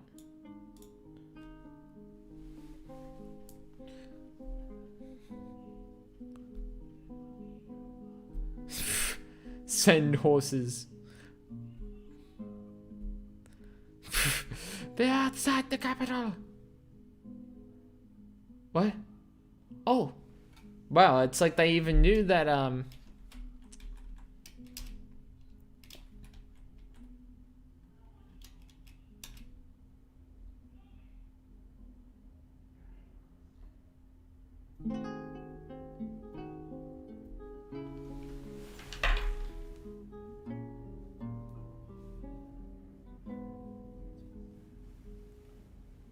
What? What is this?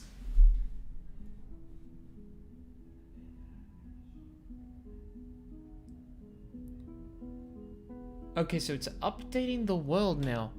Holy crap. I don't know how much stuff goes into this, but this is...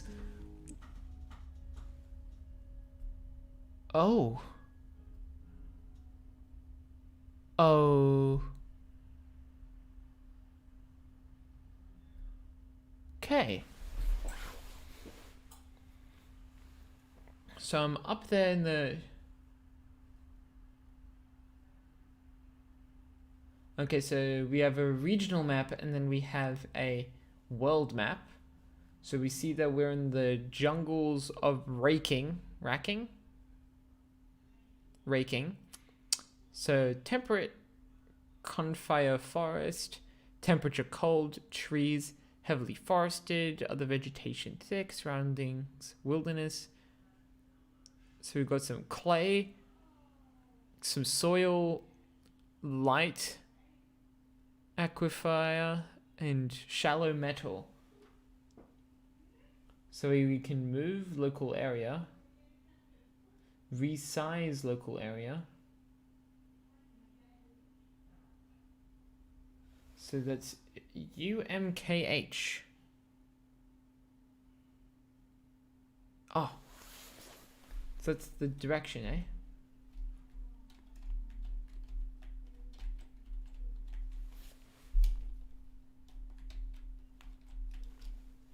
Or is that the movement keys? Doesn't seem to be so.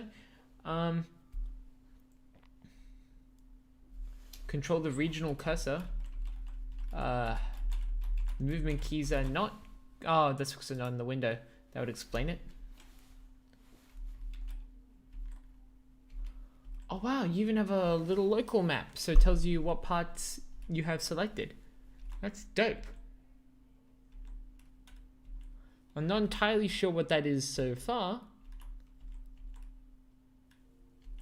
but that's interesting. It shows you like the local map and all that stuff.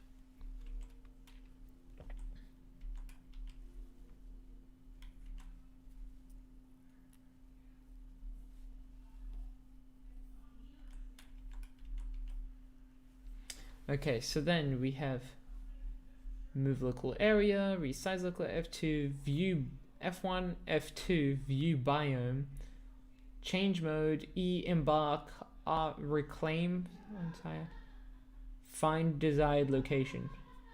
Well, let's embark.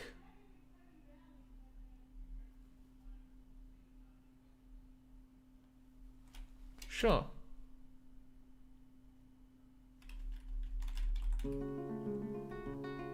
You've arrived after a journey from the mountains into the foreboding wilderness beyond. Your harsh trek has finally ended. Your party of 7 has made it to the outpost for glory of that place. There are almost no supplies left, but with stout labor comes sustenance. Whether by bolt or plow, hook, provide for your dwarves. I know. Plow or hook, provide for your dwarves. You are expecting a supply caravan just before winter entombs you, but it's spring now, enough time to delve secure lodgings. If the Jaguar men get hungry, a new chapter of the dwarven history begins here at this place. Strike the earth. Oh, damn.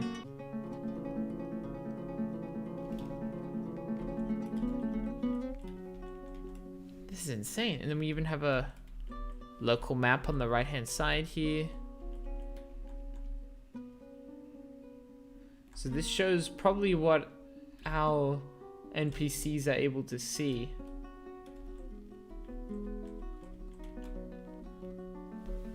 So, yeah, this game goes into a lot of detail.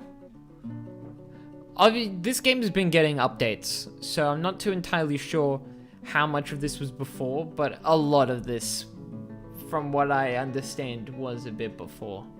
It's a really in-depth game.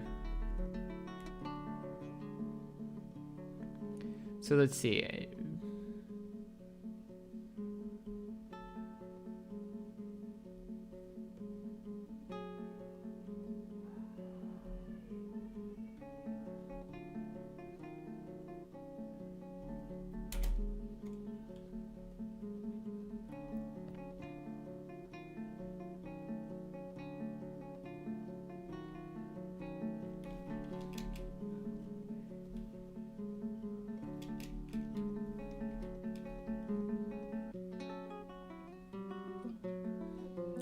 So I'm just really trying to focus here because I don't know what this does.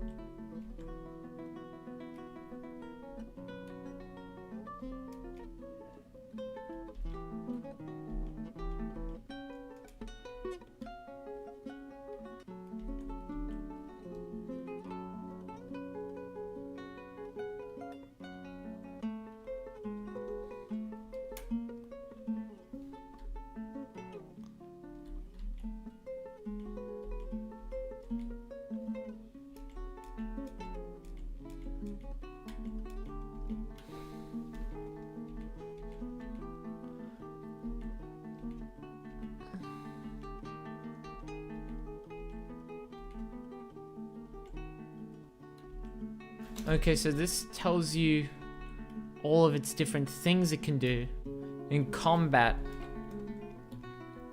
Okay, so it seems like... Okay, that's cool. So it can tell you what the different things do here.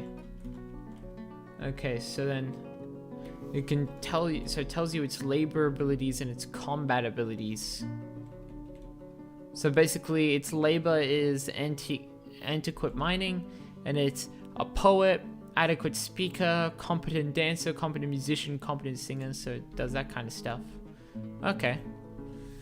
But my question is, so Jen, Perf, Windster, Done, Follow?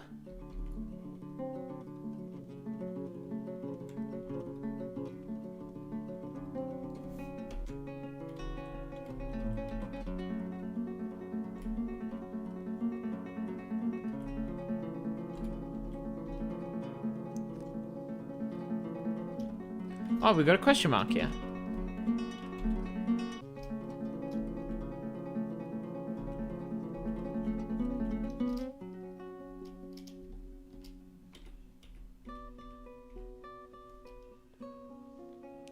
Movies?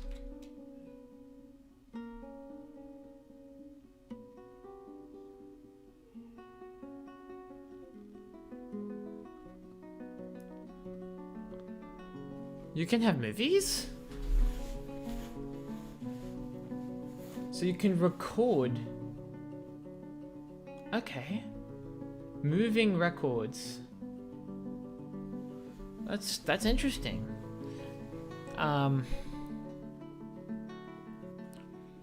So I think it can record your steps that you take in the game. So let's see. Introduction, creating a world, preparing for your first outpost. I think that's where I want to go. I don't think I'm up to the part where I can even know what losing means.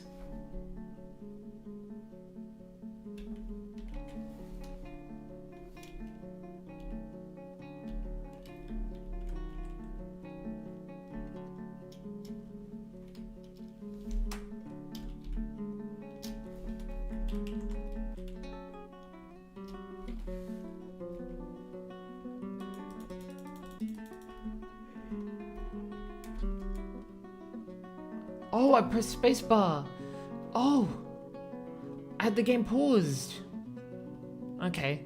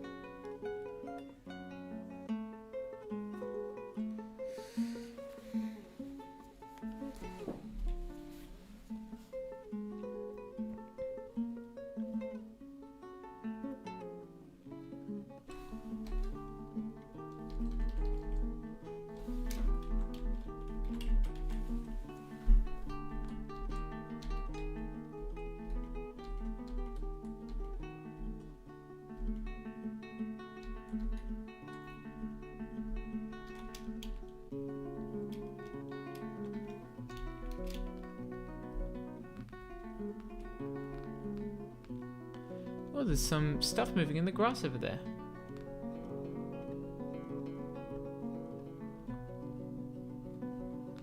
Yeah, so I think C and D stands for cat and dog.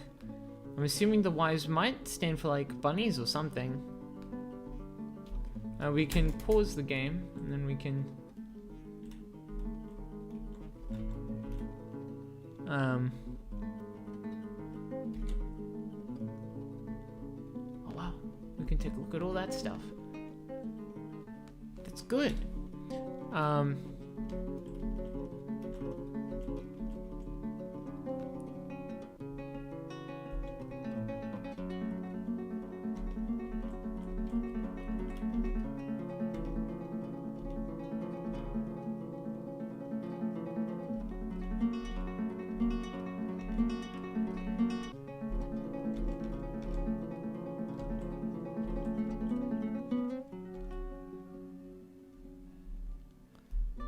And then what else? I need to find...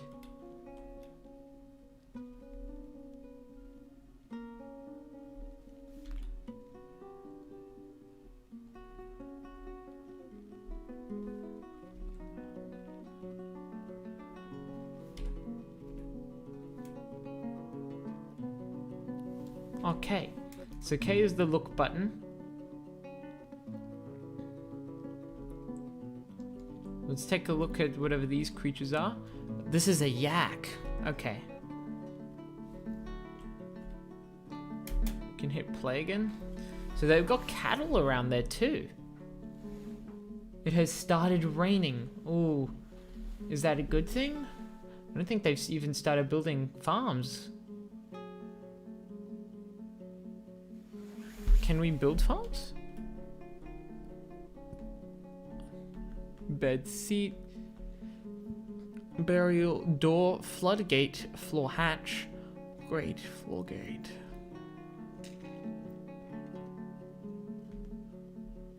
Farm plot. There we go.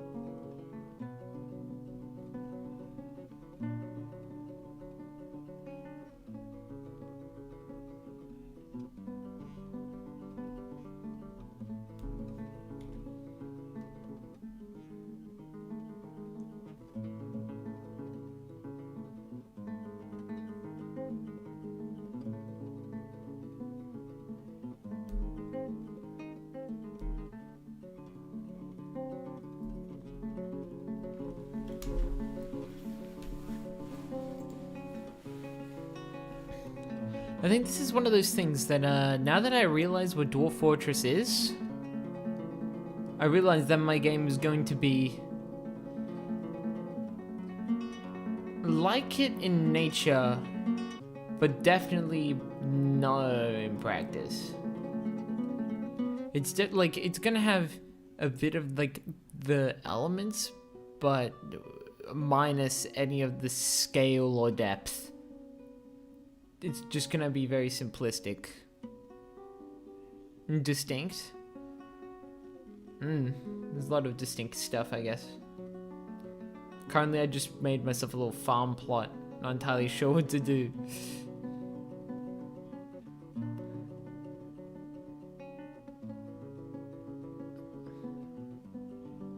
Seems like most of the time they're just... Maybe I might want to like build a house.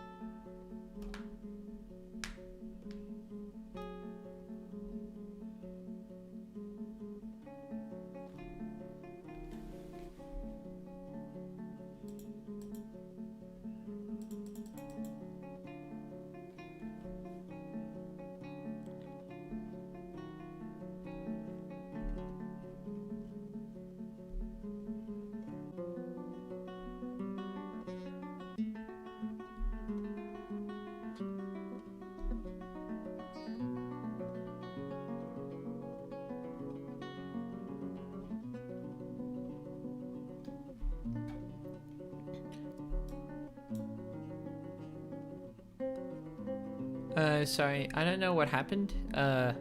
Just kind of stopped. The timer is also all kinds of off, so I'm not entirely sure how long we've been streaming for. It's been a long while, but yeah. So definitely, I think it's just been very interesting taking a look at Dwarf Fortress so far, even if I haven't been able to do anything really with it. But it's really interesting just taking a look at all this kind of stuff. Like, you have animal traps and whatnot, like.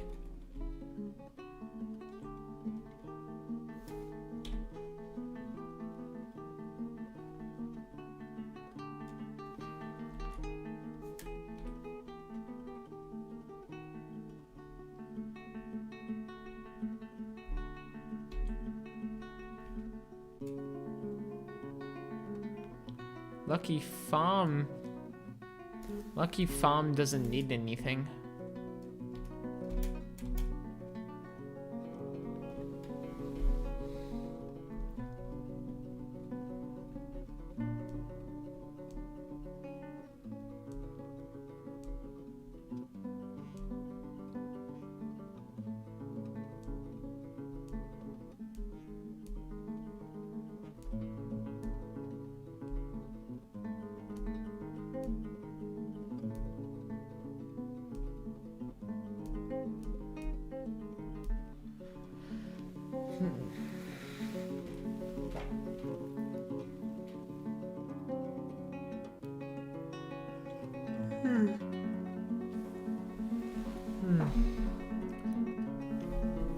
Well, look, this isn't probably the time to be playing this much.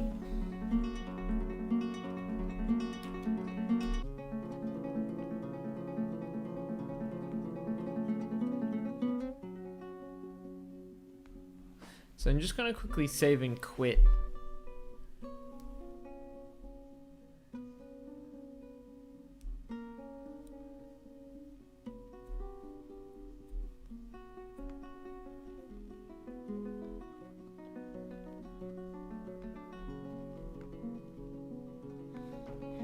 Yeah, I definitely need more RAM.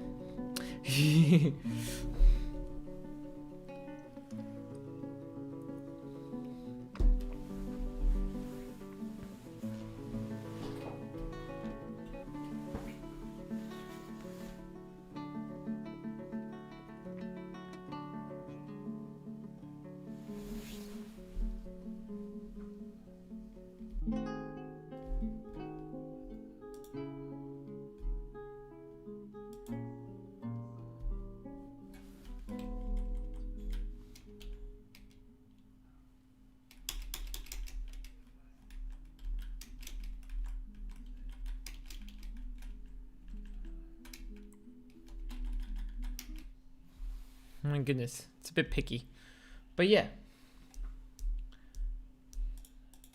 So now let's see.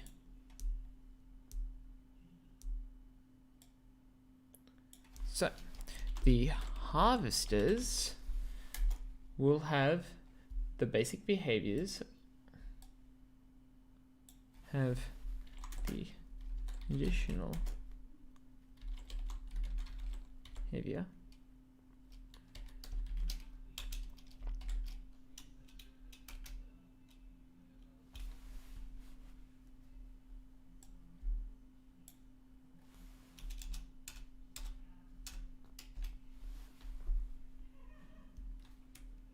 be more like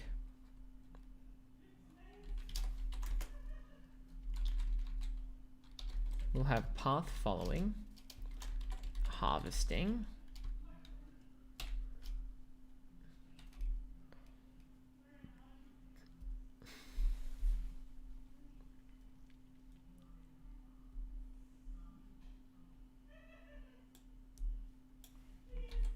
I'll put this in the base.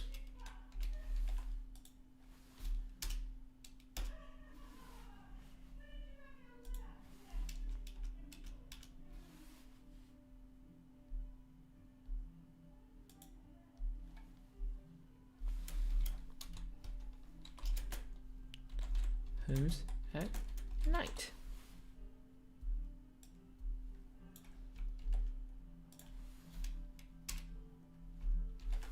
Pathfinding 2.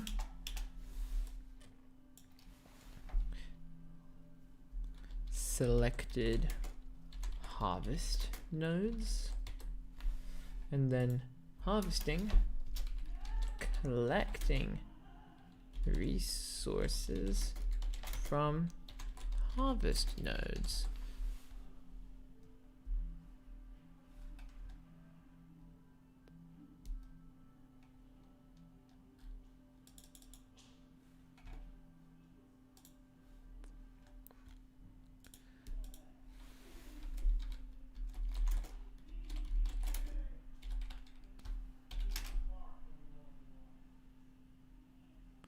Is the stream up? On my screen, it's buffering.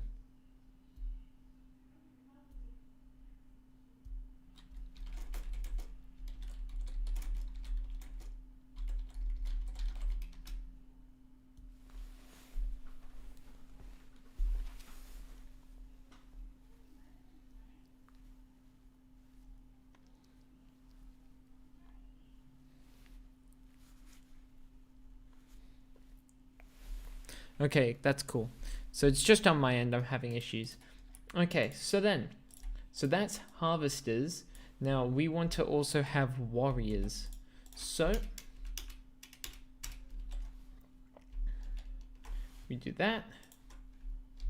Copy, paste, move to the appropriate spot, and then we go back into Paint.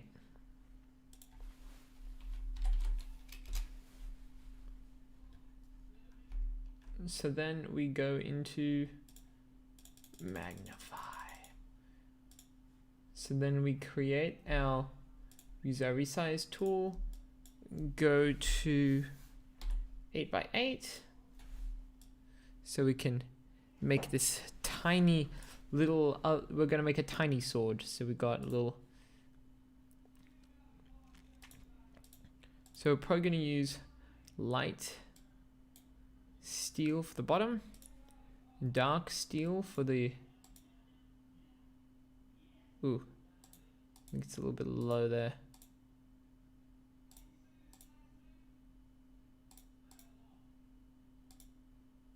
Look at that chunky boy. And then we can do some more light steel for this bit.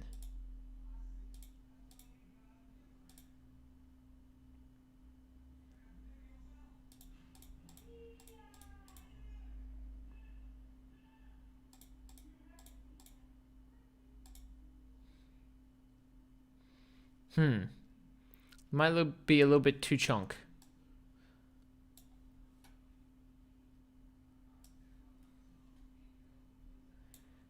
To be honest, it kind of looks more like an upside down, like metal pine cone. That's what it looks like to me.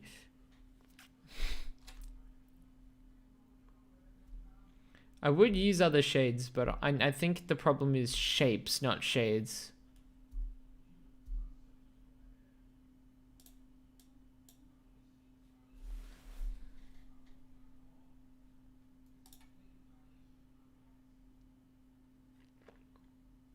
It's like, how did Zelda do it?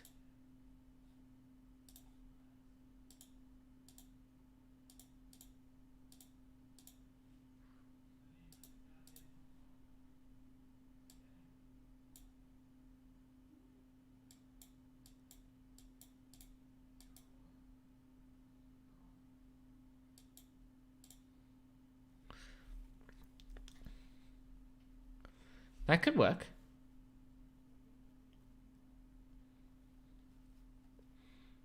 And then we can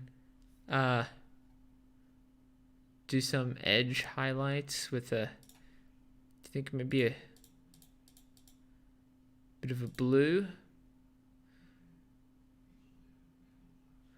Then we can maybe replace that with a bit of a white there. And then we can... Now I think this blue is a little bit too blue. I'm looking for something a little bit... Do we get more access to colors? Oh yeah, we have edit colors. So we'll have some custom colors here.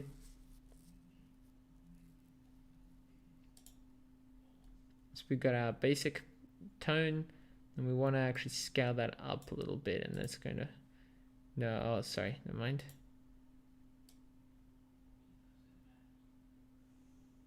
Yeah, so we're going to scale that up a little bit, add as custom color. So we go into our custom color here, then we see a very faint little accent there. I think it's a little bit too much. Let's go down a little bit. What?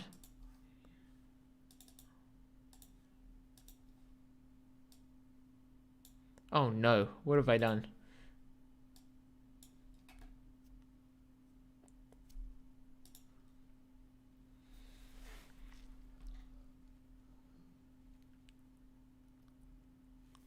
Yeah, this is really hard when you don't have any points. This sword does look so jank. I think I know what will make it look a little better. If we pop these off. Do you think that looks better? I think that looks slightly better.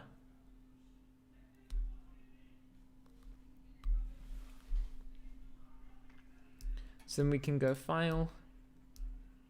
We'll go file, save as. Tiny sword.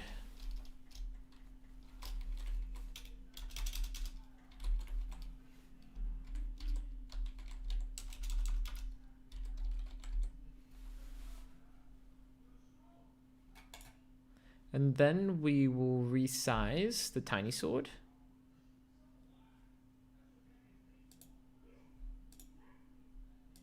So that it's 32 by 32. Then we save that as tiny sword 32x32.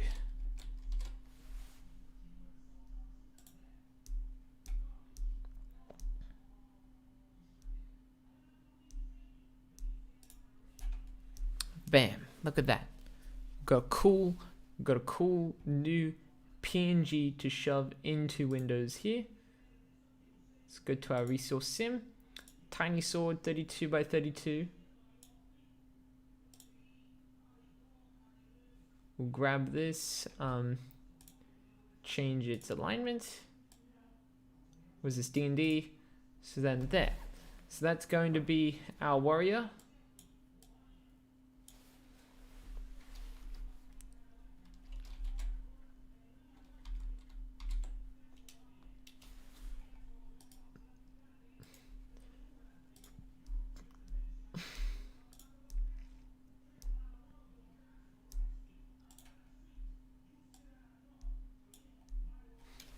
enemies,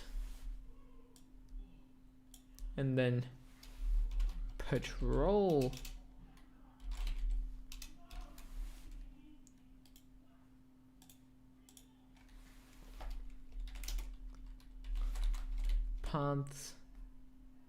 Pathing around selected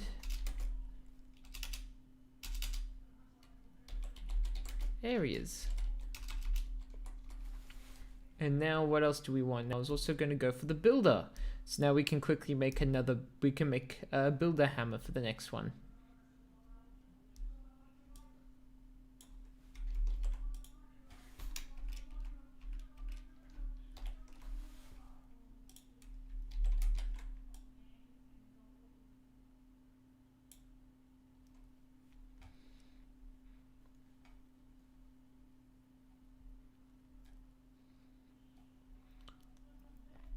So, go back into Paint.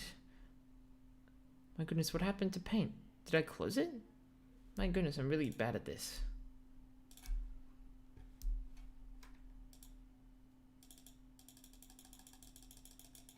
Okay, this seems to be, yeah, that's the tiny sword. So then let's quickly nuke this. And then we grab our pencil and we start working on a hammer. So we want that murky brown again. We'll probably go from where the axe started.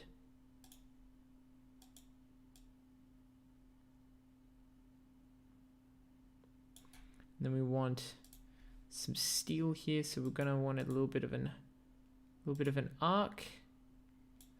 And then is it like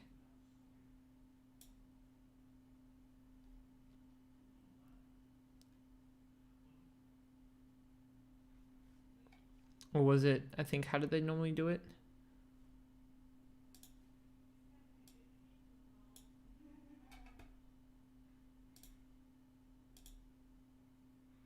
There we go. Does that look like a hammer to you? I mean, minus any actual good shading, so we'll probably get some shading in there.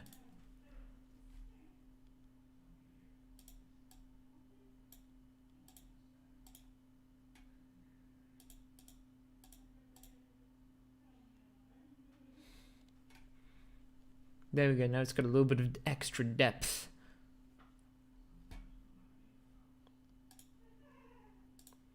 Do we want the sheen? I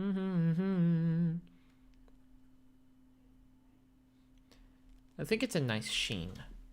Pretty nice looking sheen on that little thing. So we file, save as, tiny hammer.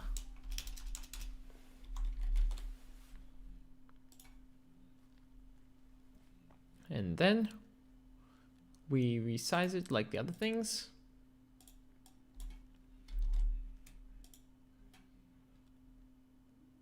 Oh. Ooh. Where did those extra colors come in from?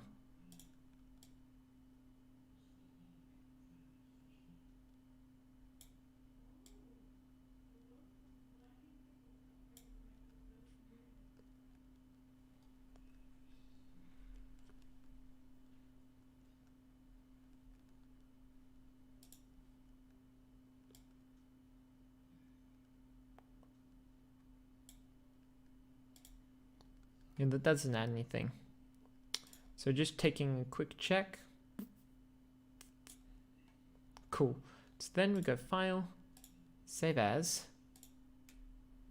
Hammer, 32x32. But I do want to now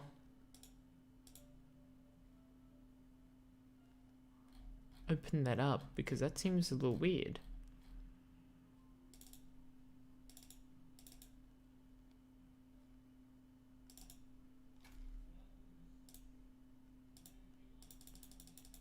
Yes.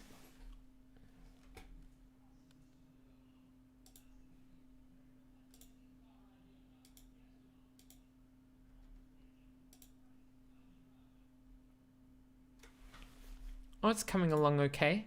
I haven't really started on the game yet, but what I have started on is making some cute little PNGs of tools and whatnot. So this is my sword PNG, and then I have a, what is it? Yeah, so I've got a sword, I've got a hammer. My goodness, this images application takes so long to load anything, I swear. But yeah, just got a whole bunch of different stuff. So I've got an axe, a hammer, and a sword. All three.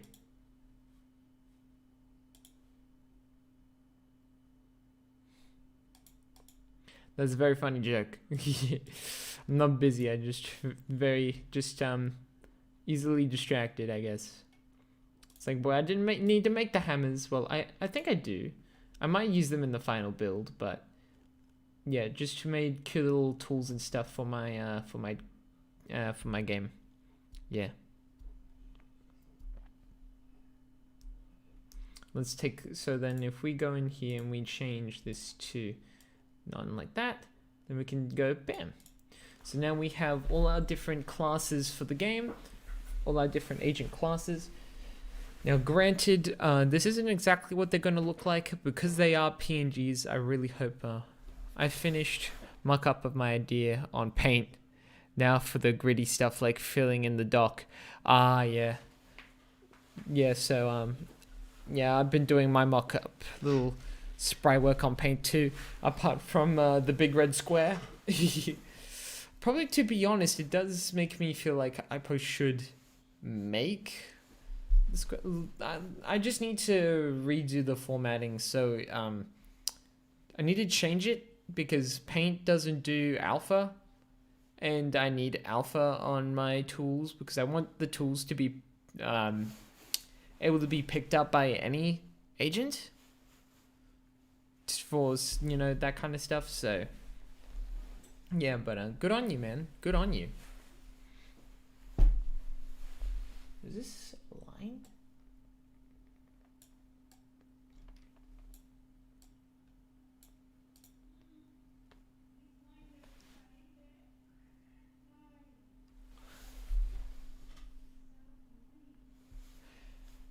Oh yeah, it's a really good way to set yourself up for failure. Me too. I really hope it works out too, and I hope your project goes well as well.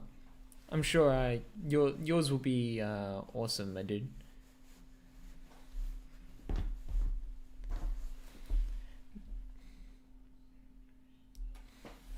Yeah, but yeah, I mean, Pac-Man was legendary for its time.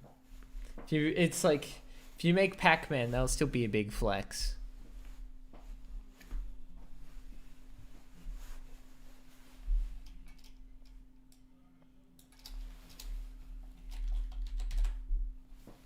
The builder will have the set pathway to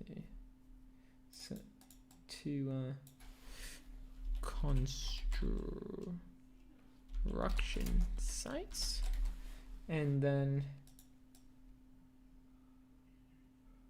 we'll have like a building behavior.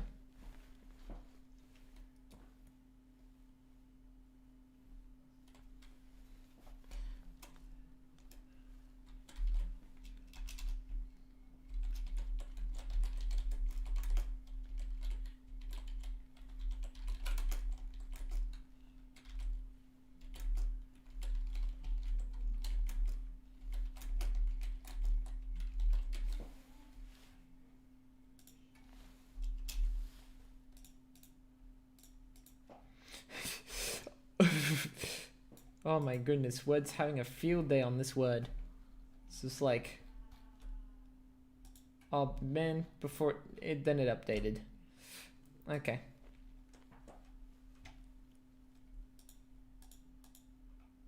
So now time for our bad guys. Now guess what our bad guys are gonna look like? My bad guy's gonna look like this.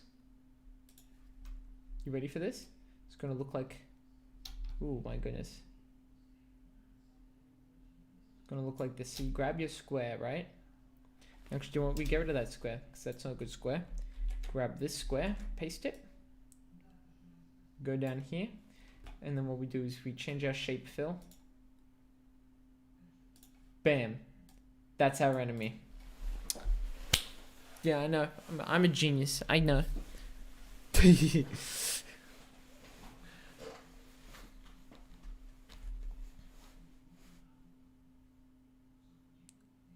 Oh yeah, flowchart. That's a really good idea. Now I think about it, yeah, that would have been very smart to do from the beginning.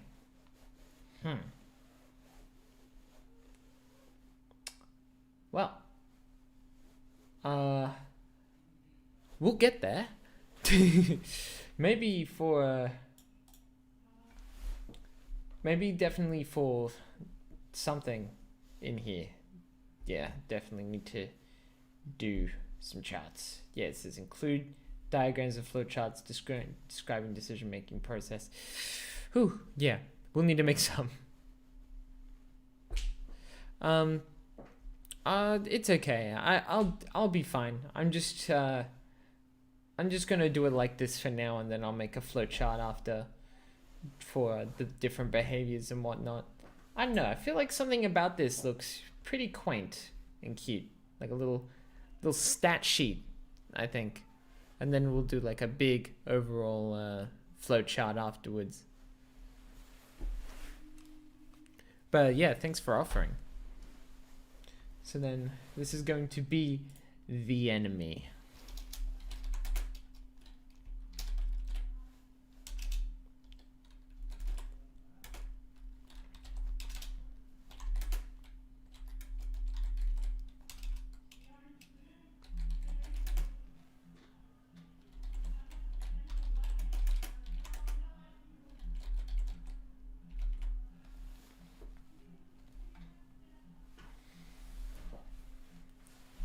I might even make some art for the boss. Let's see. So this one's going to...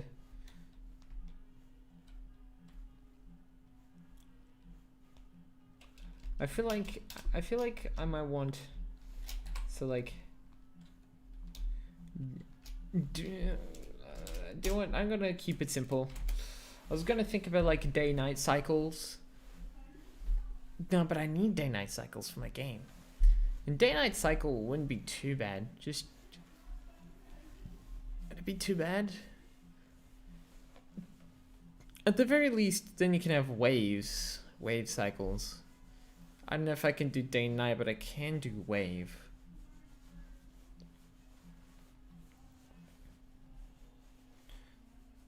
At the very least, yes. So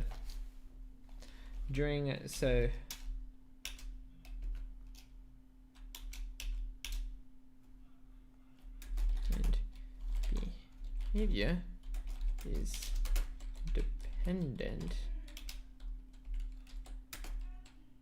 on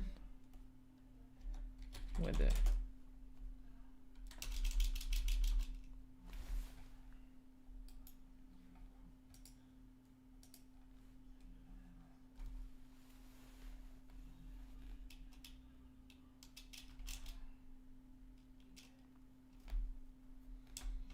the behavior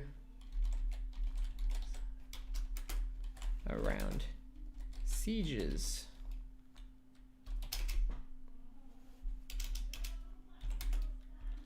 when not sieging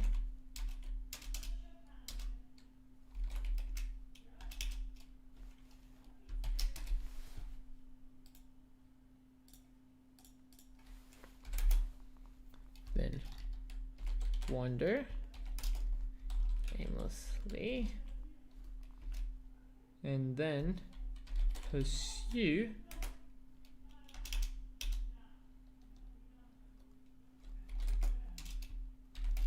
tribesmen. That's peruse. My pursue.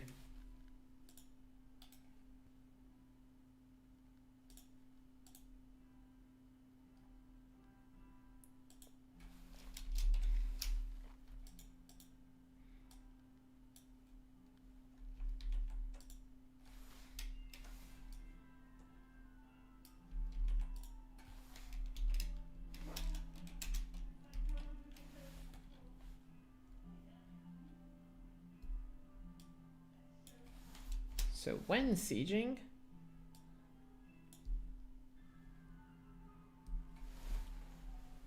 so far really good. Thanks. It would be more like, so then it'll path to base, be path to base, and then pursue tribesmen. And then we'll need a boss. And for now, we'll get there in a bit.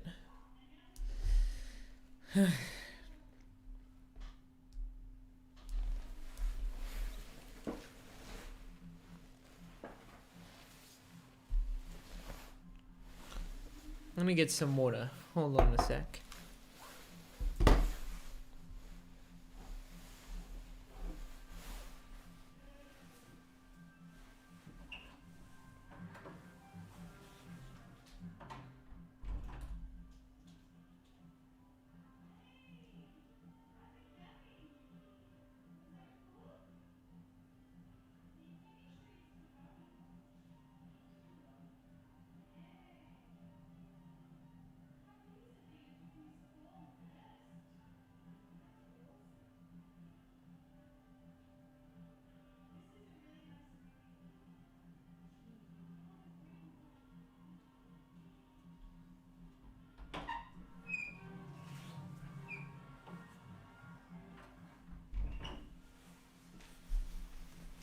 Okay, we're back.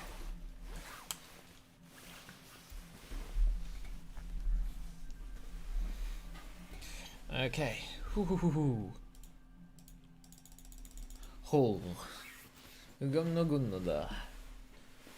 take a look at some quick things.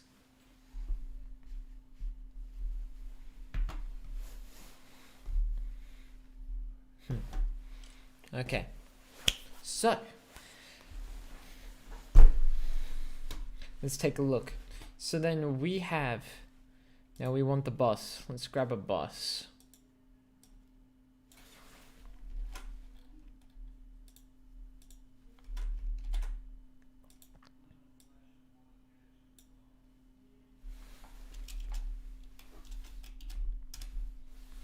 So now I guess this is the time where we design a boss, eh? So we'll grab our little, yeah, let's grab our model. I think currently we're working on an 8x8 little thing, just because it's cute, little cute 8x8. So we go here, we grab paint.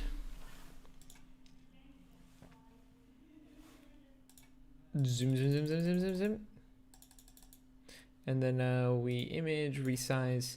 We want our 8x8 back. Now we're gonna create a little boss monster. So it's gonna be green. I think so far if we paint it green, and then let's see what stuff we can do. We can go into brush, and maybe we'll grab the black first. Maybe draw some angry eyes. And then maybe some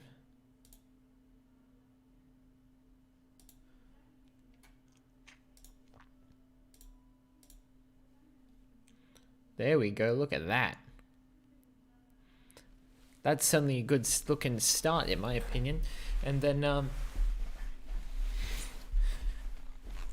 we can do something else with the mouth here, so we can grab a mouth. Yeah. And then maybe we can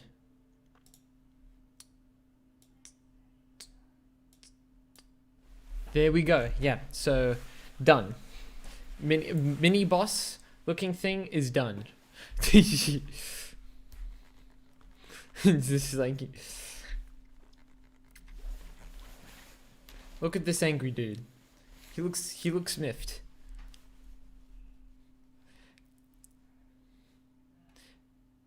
Maybe even we can probably even make. No, yeah, we want more gray. We want more gray to black.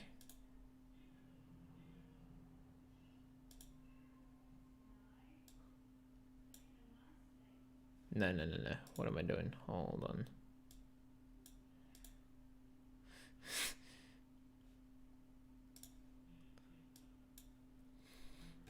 Would it be more menacing if he had a nose? This is we're messing around. This is the quality of pixel art we're going into right now. Going like, would it be cute if he had a nose though?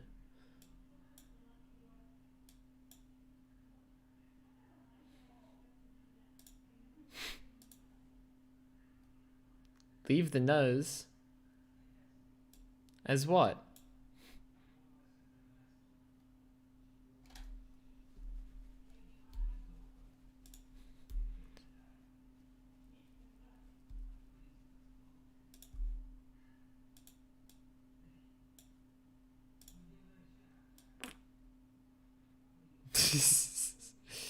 Man, that looks dumb. Oh, don't put a nose. Yeah. Good point. I just feel like he doesn't look pissed enough, but we'll leave that for now. So we'll save that as Tiny Boss.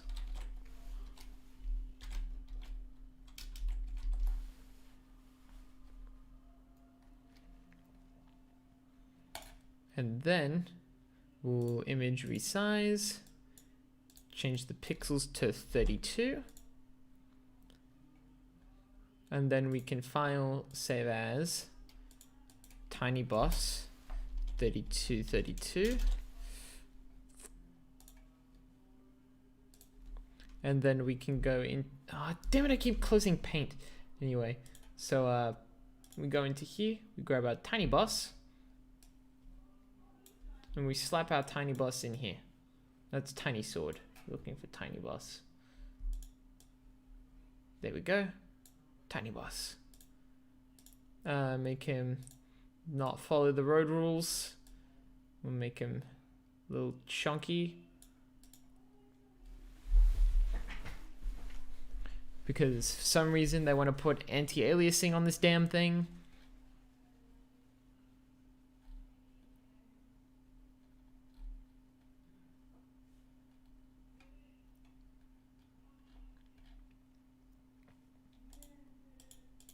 I want to find, like, is there a way to just...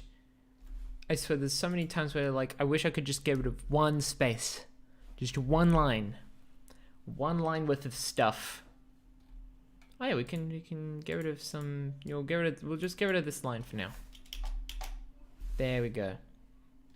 Everything is good and right with the world. Or not. Let's do that back. Okay, cool. Bam.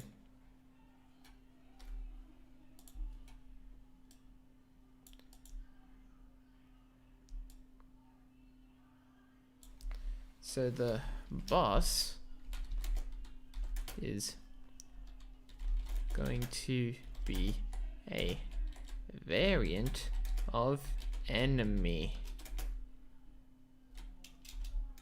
that when killed, that will only spawn on the last day. And when it is killed, will result in a win. It will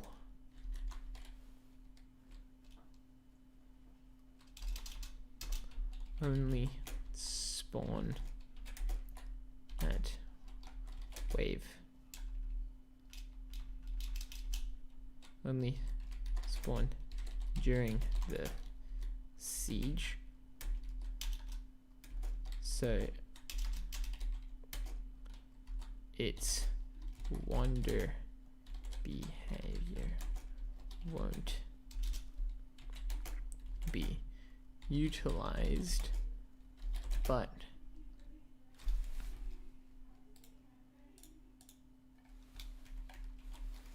it will have unique pathing. And attacking.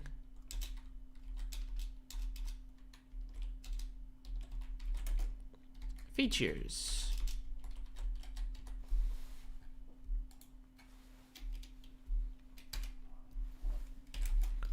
Path. So pathing. Ignores obstacles.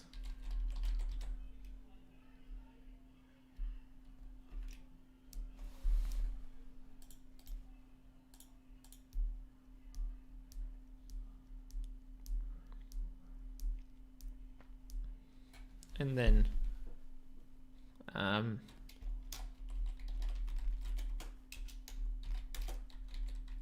does damage in a wide area.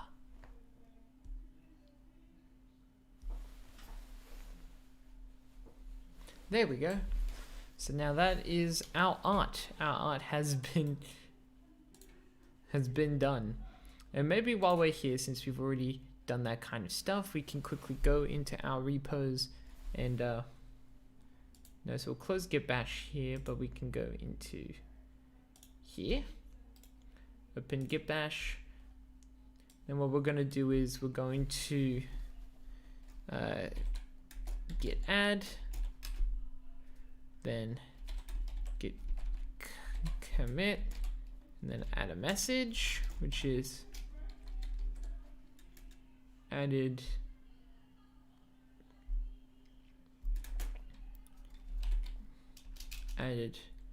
sprite work and updated design doc.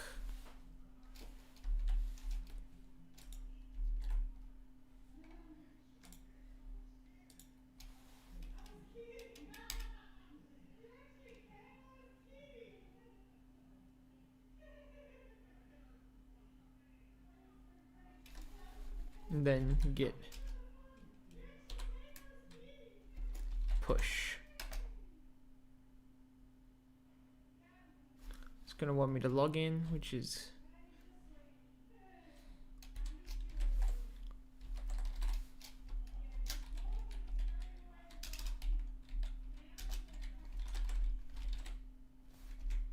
so don't tell anyone my password.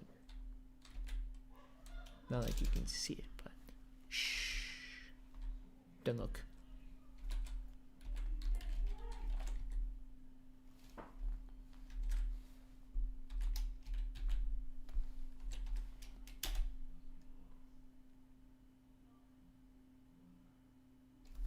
We did it.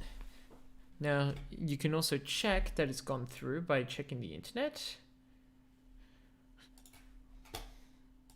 So we have the internet right here. If we go into our GitHub, give it a refresh, we'll see that we have all these PNGs that we just added. Look at that, look at that. These cute little PNGs. And we can open them.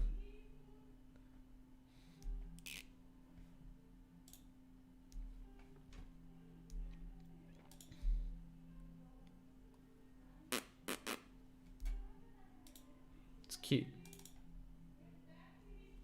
And then our little 8-bit boss, it's so tiny. Okay. And then we can enhance.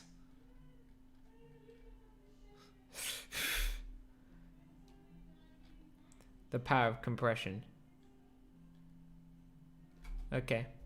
But yeah, so cool.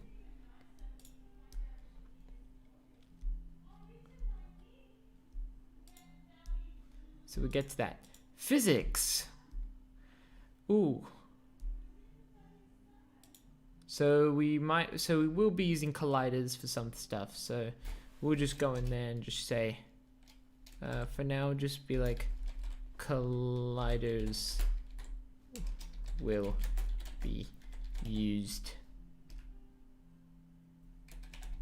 And then acceleration if we're feeling crazy, but that's about it for physics.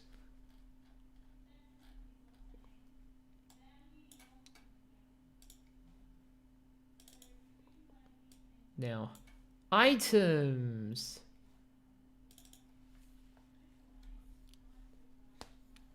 So we'll probably have, so we will need probably 2 separate lists. One for items, one for resources, and then whatchamacallit, whatever this is. List of items, pickups that affect the player, and what they will affect, like picking up the hammer adds 5 to the player's attack, include details on how and stuff. Okay, so this is just a default kind of template table. And then we have game flow, we have levels, we have interface. And then we're missing 13 and 15. No, we're missing 12, 13, and 15.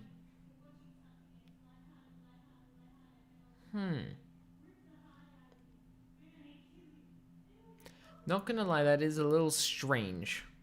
We'll go with the flow for now. But game flow, we can easily just, we're gonna say that, you know, the game flow here is not really much in terms of levels. It just kind of is, and then we can definitely write stuff in the terms of objectives.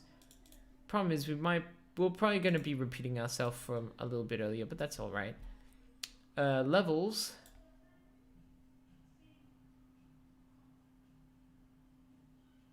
Okay, so this is when we go into detail about the levels. So we probably won't need to, considering there's only one level, which we'll talk about in the game's flow. I mean, I guess we could talk about the game's stages, if there are stages. You know, like, you know, different, like, defensive stage and then harvesting stage. Might be able to talk about that, but that would be more in the game's flow and nothing else to really talk about. And then we have interface, never mind. And then we go nup, zip, nada, zilch. You can't interact with the game, what are you talking about?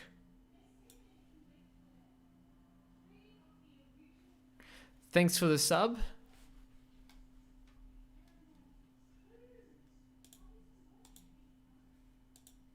It's like, thanks for the sub, Nat. Really appreciate it.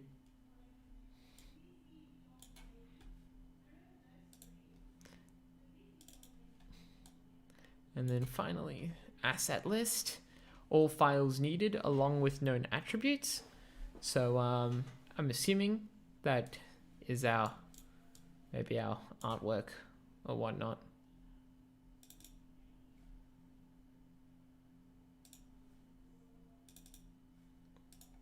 And then technical risk.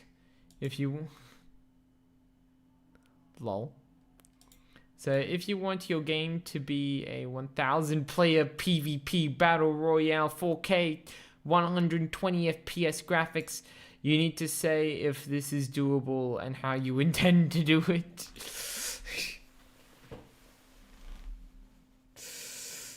All right. Yes, I plan for my project to be a 1,000 man team battle royale tribe Civ 6 thing.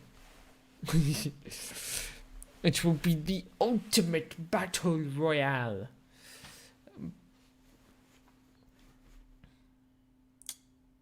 But for now, I definitely feel like we've definitely been coding for a long time. Well, not coding, but, you know, doing work for a long time now. We've almost gone through this entire document, top to bottom.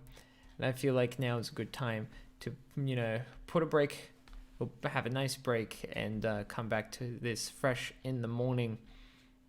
So to finish off the rest of these design documents. And then I can work on more sprite work for menus and camera. Because I kind of like... I like pixel art. It's cute to draw.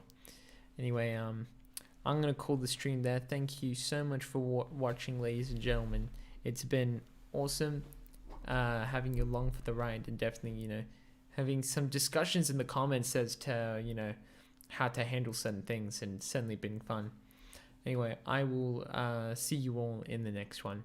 And also, did you know my total hours? And one thing I'd also want to point out, one last thing I want to point out just before the stream ends, is actually there's something really funny I got to show you, and that is what my YouTube analytics say. It's all thanks to you, by the way, all thanks to you, precious viewers. So if we go into my channel, my analytics, oh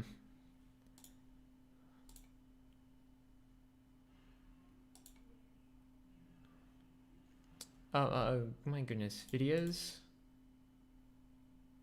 Oh damn it, am I still in the wrong place? Where's my YouTube studio? There we go. It's like, it's thanks to you that over the course of over the last 28 days, we've had a 281% increase in views and a 397% increase in watch time hours. And that was getting even crazier before, because I didn't even post for like months, and then it said over 999% increased watch time and views. So that was certainly interesting. So I want to thank you all so much for being there to watch my content for me. Certainly nice seeing those numbers get a little bit bigger every time I do something like this. So anyway, thank you so much for watching. I'll see you all in the next one. Bye bye.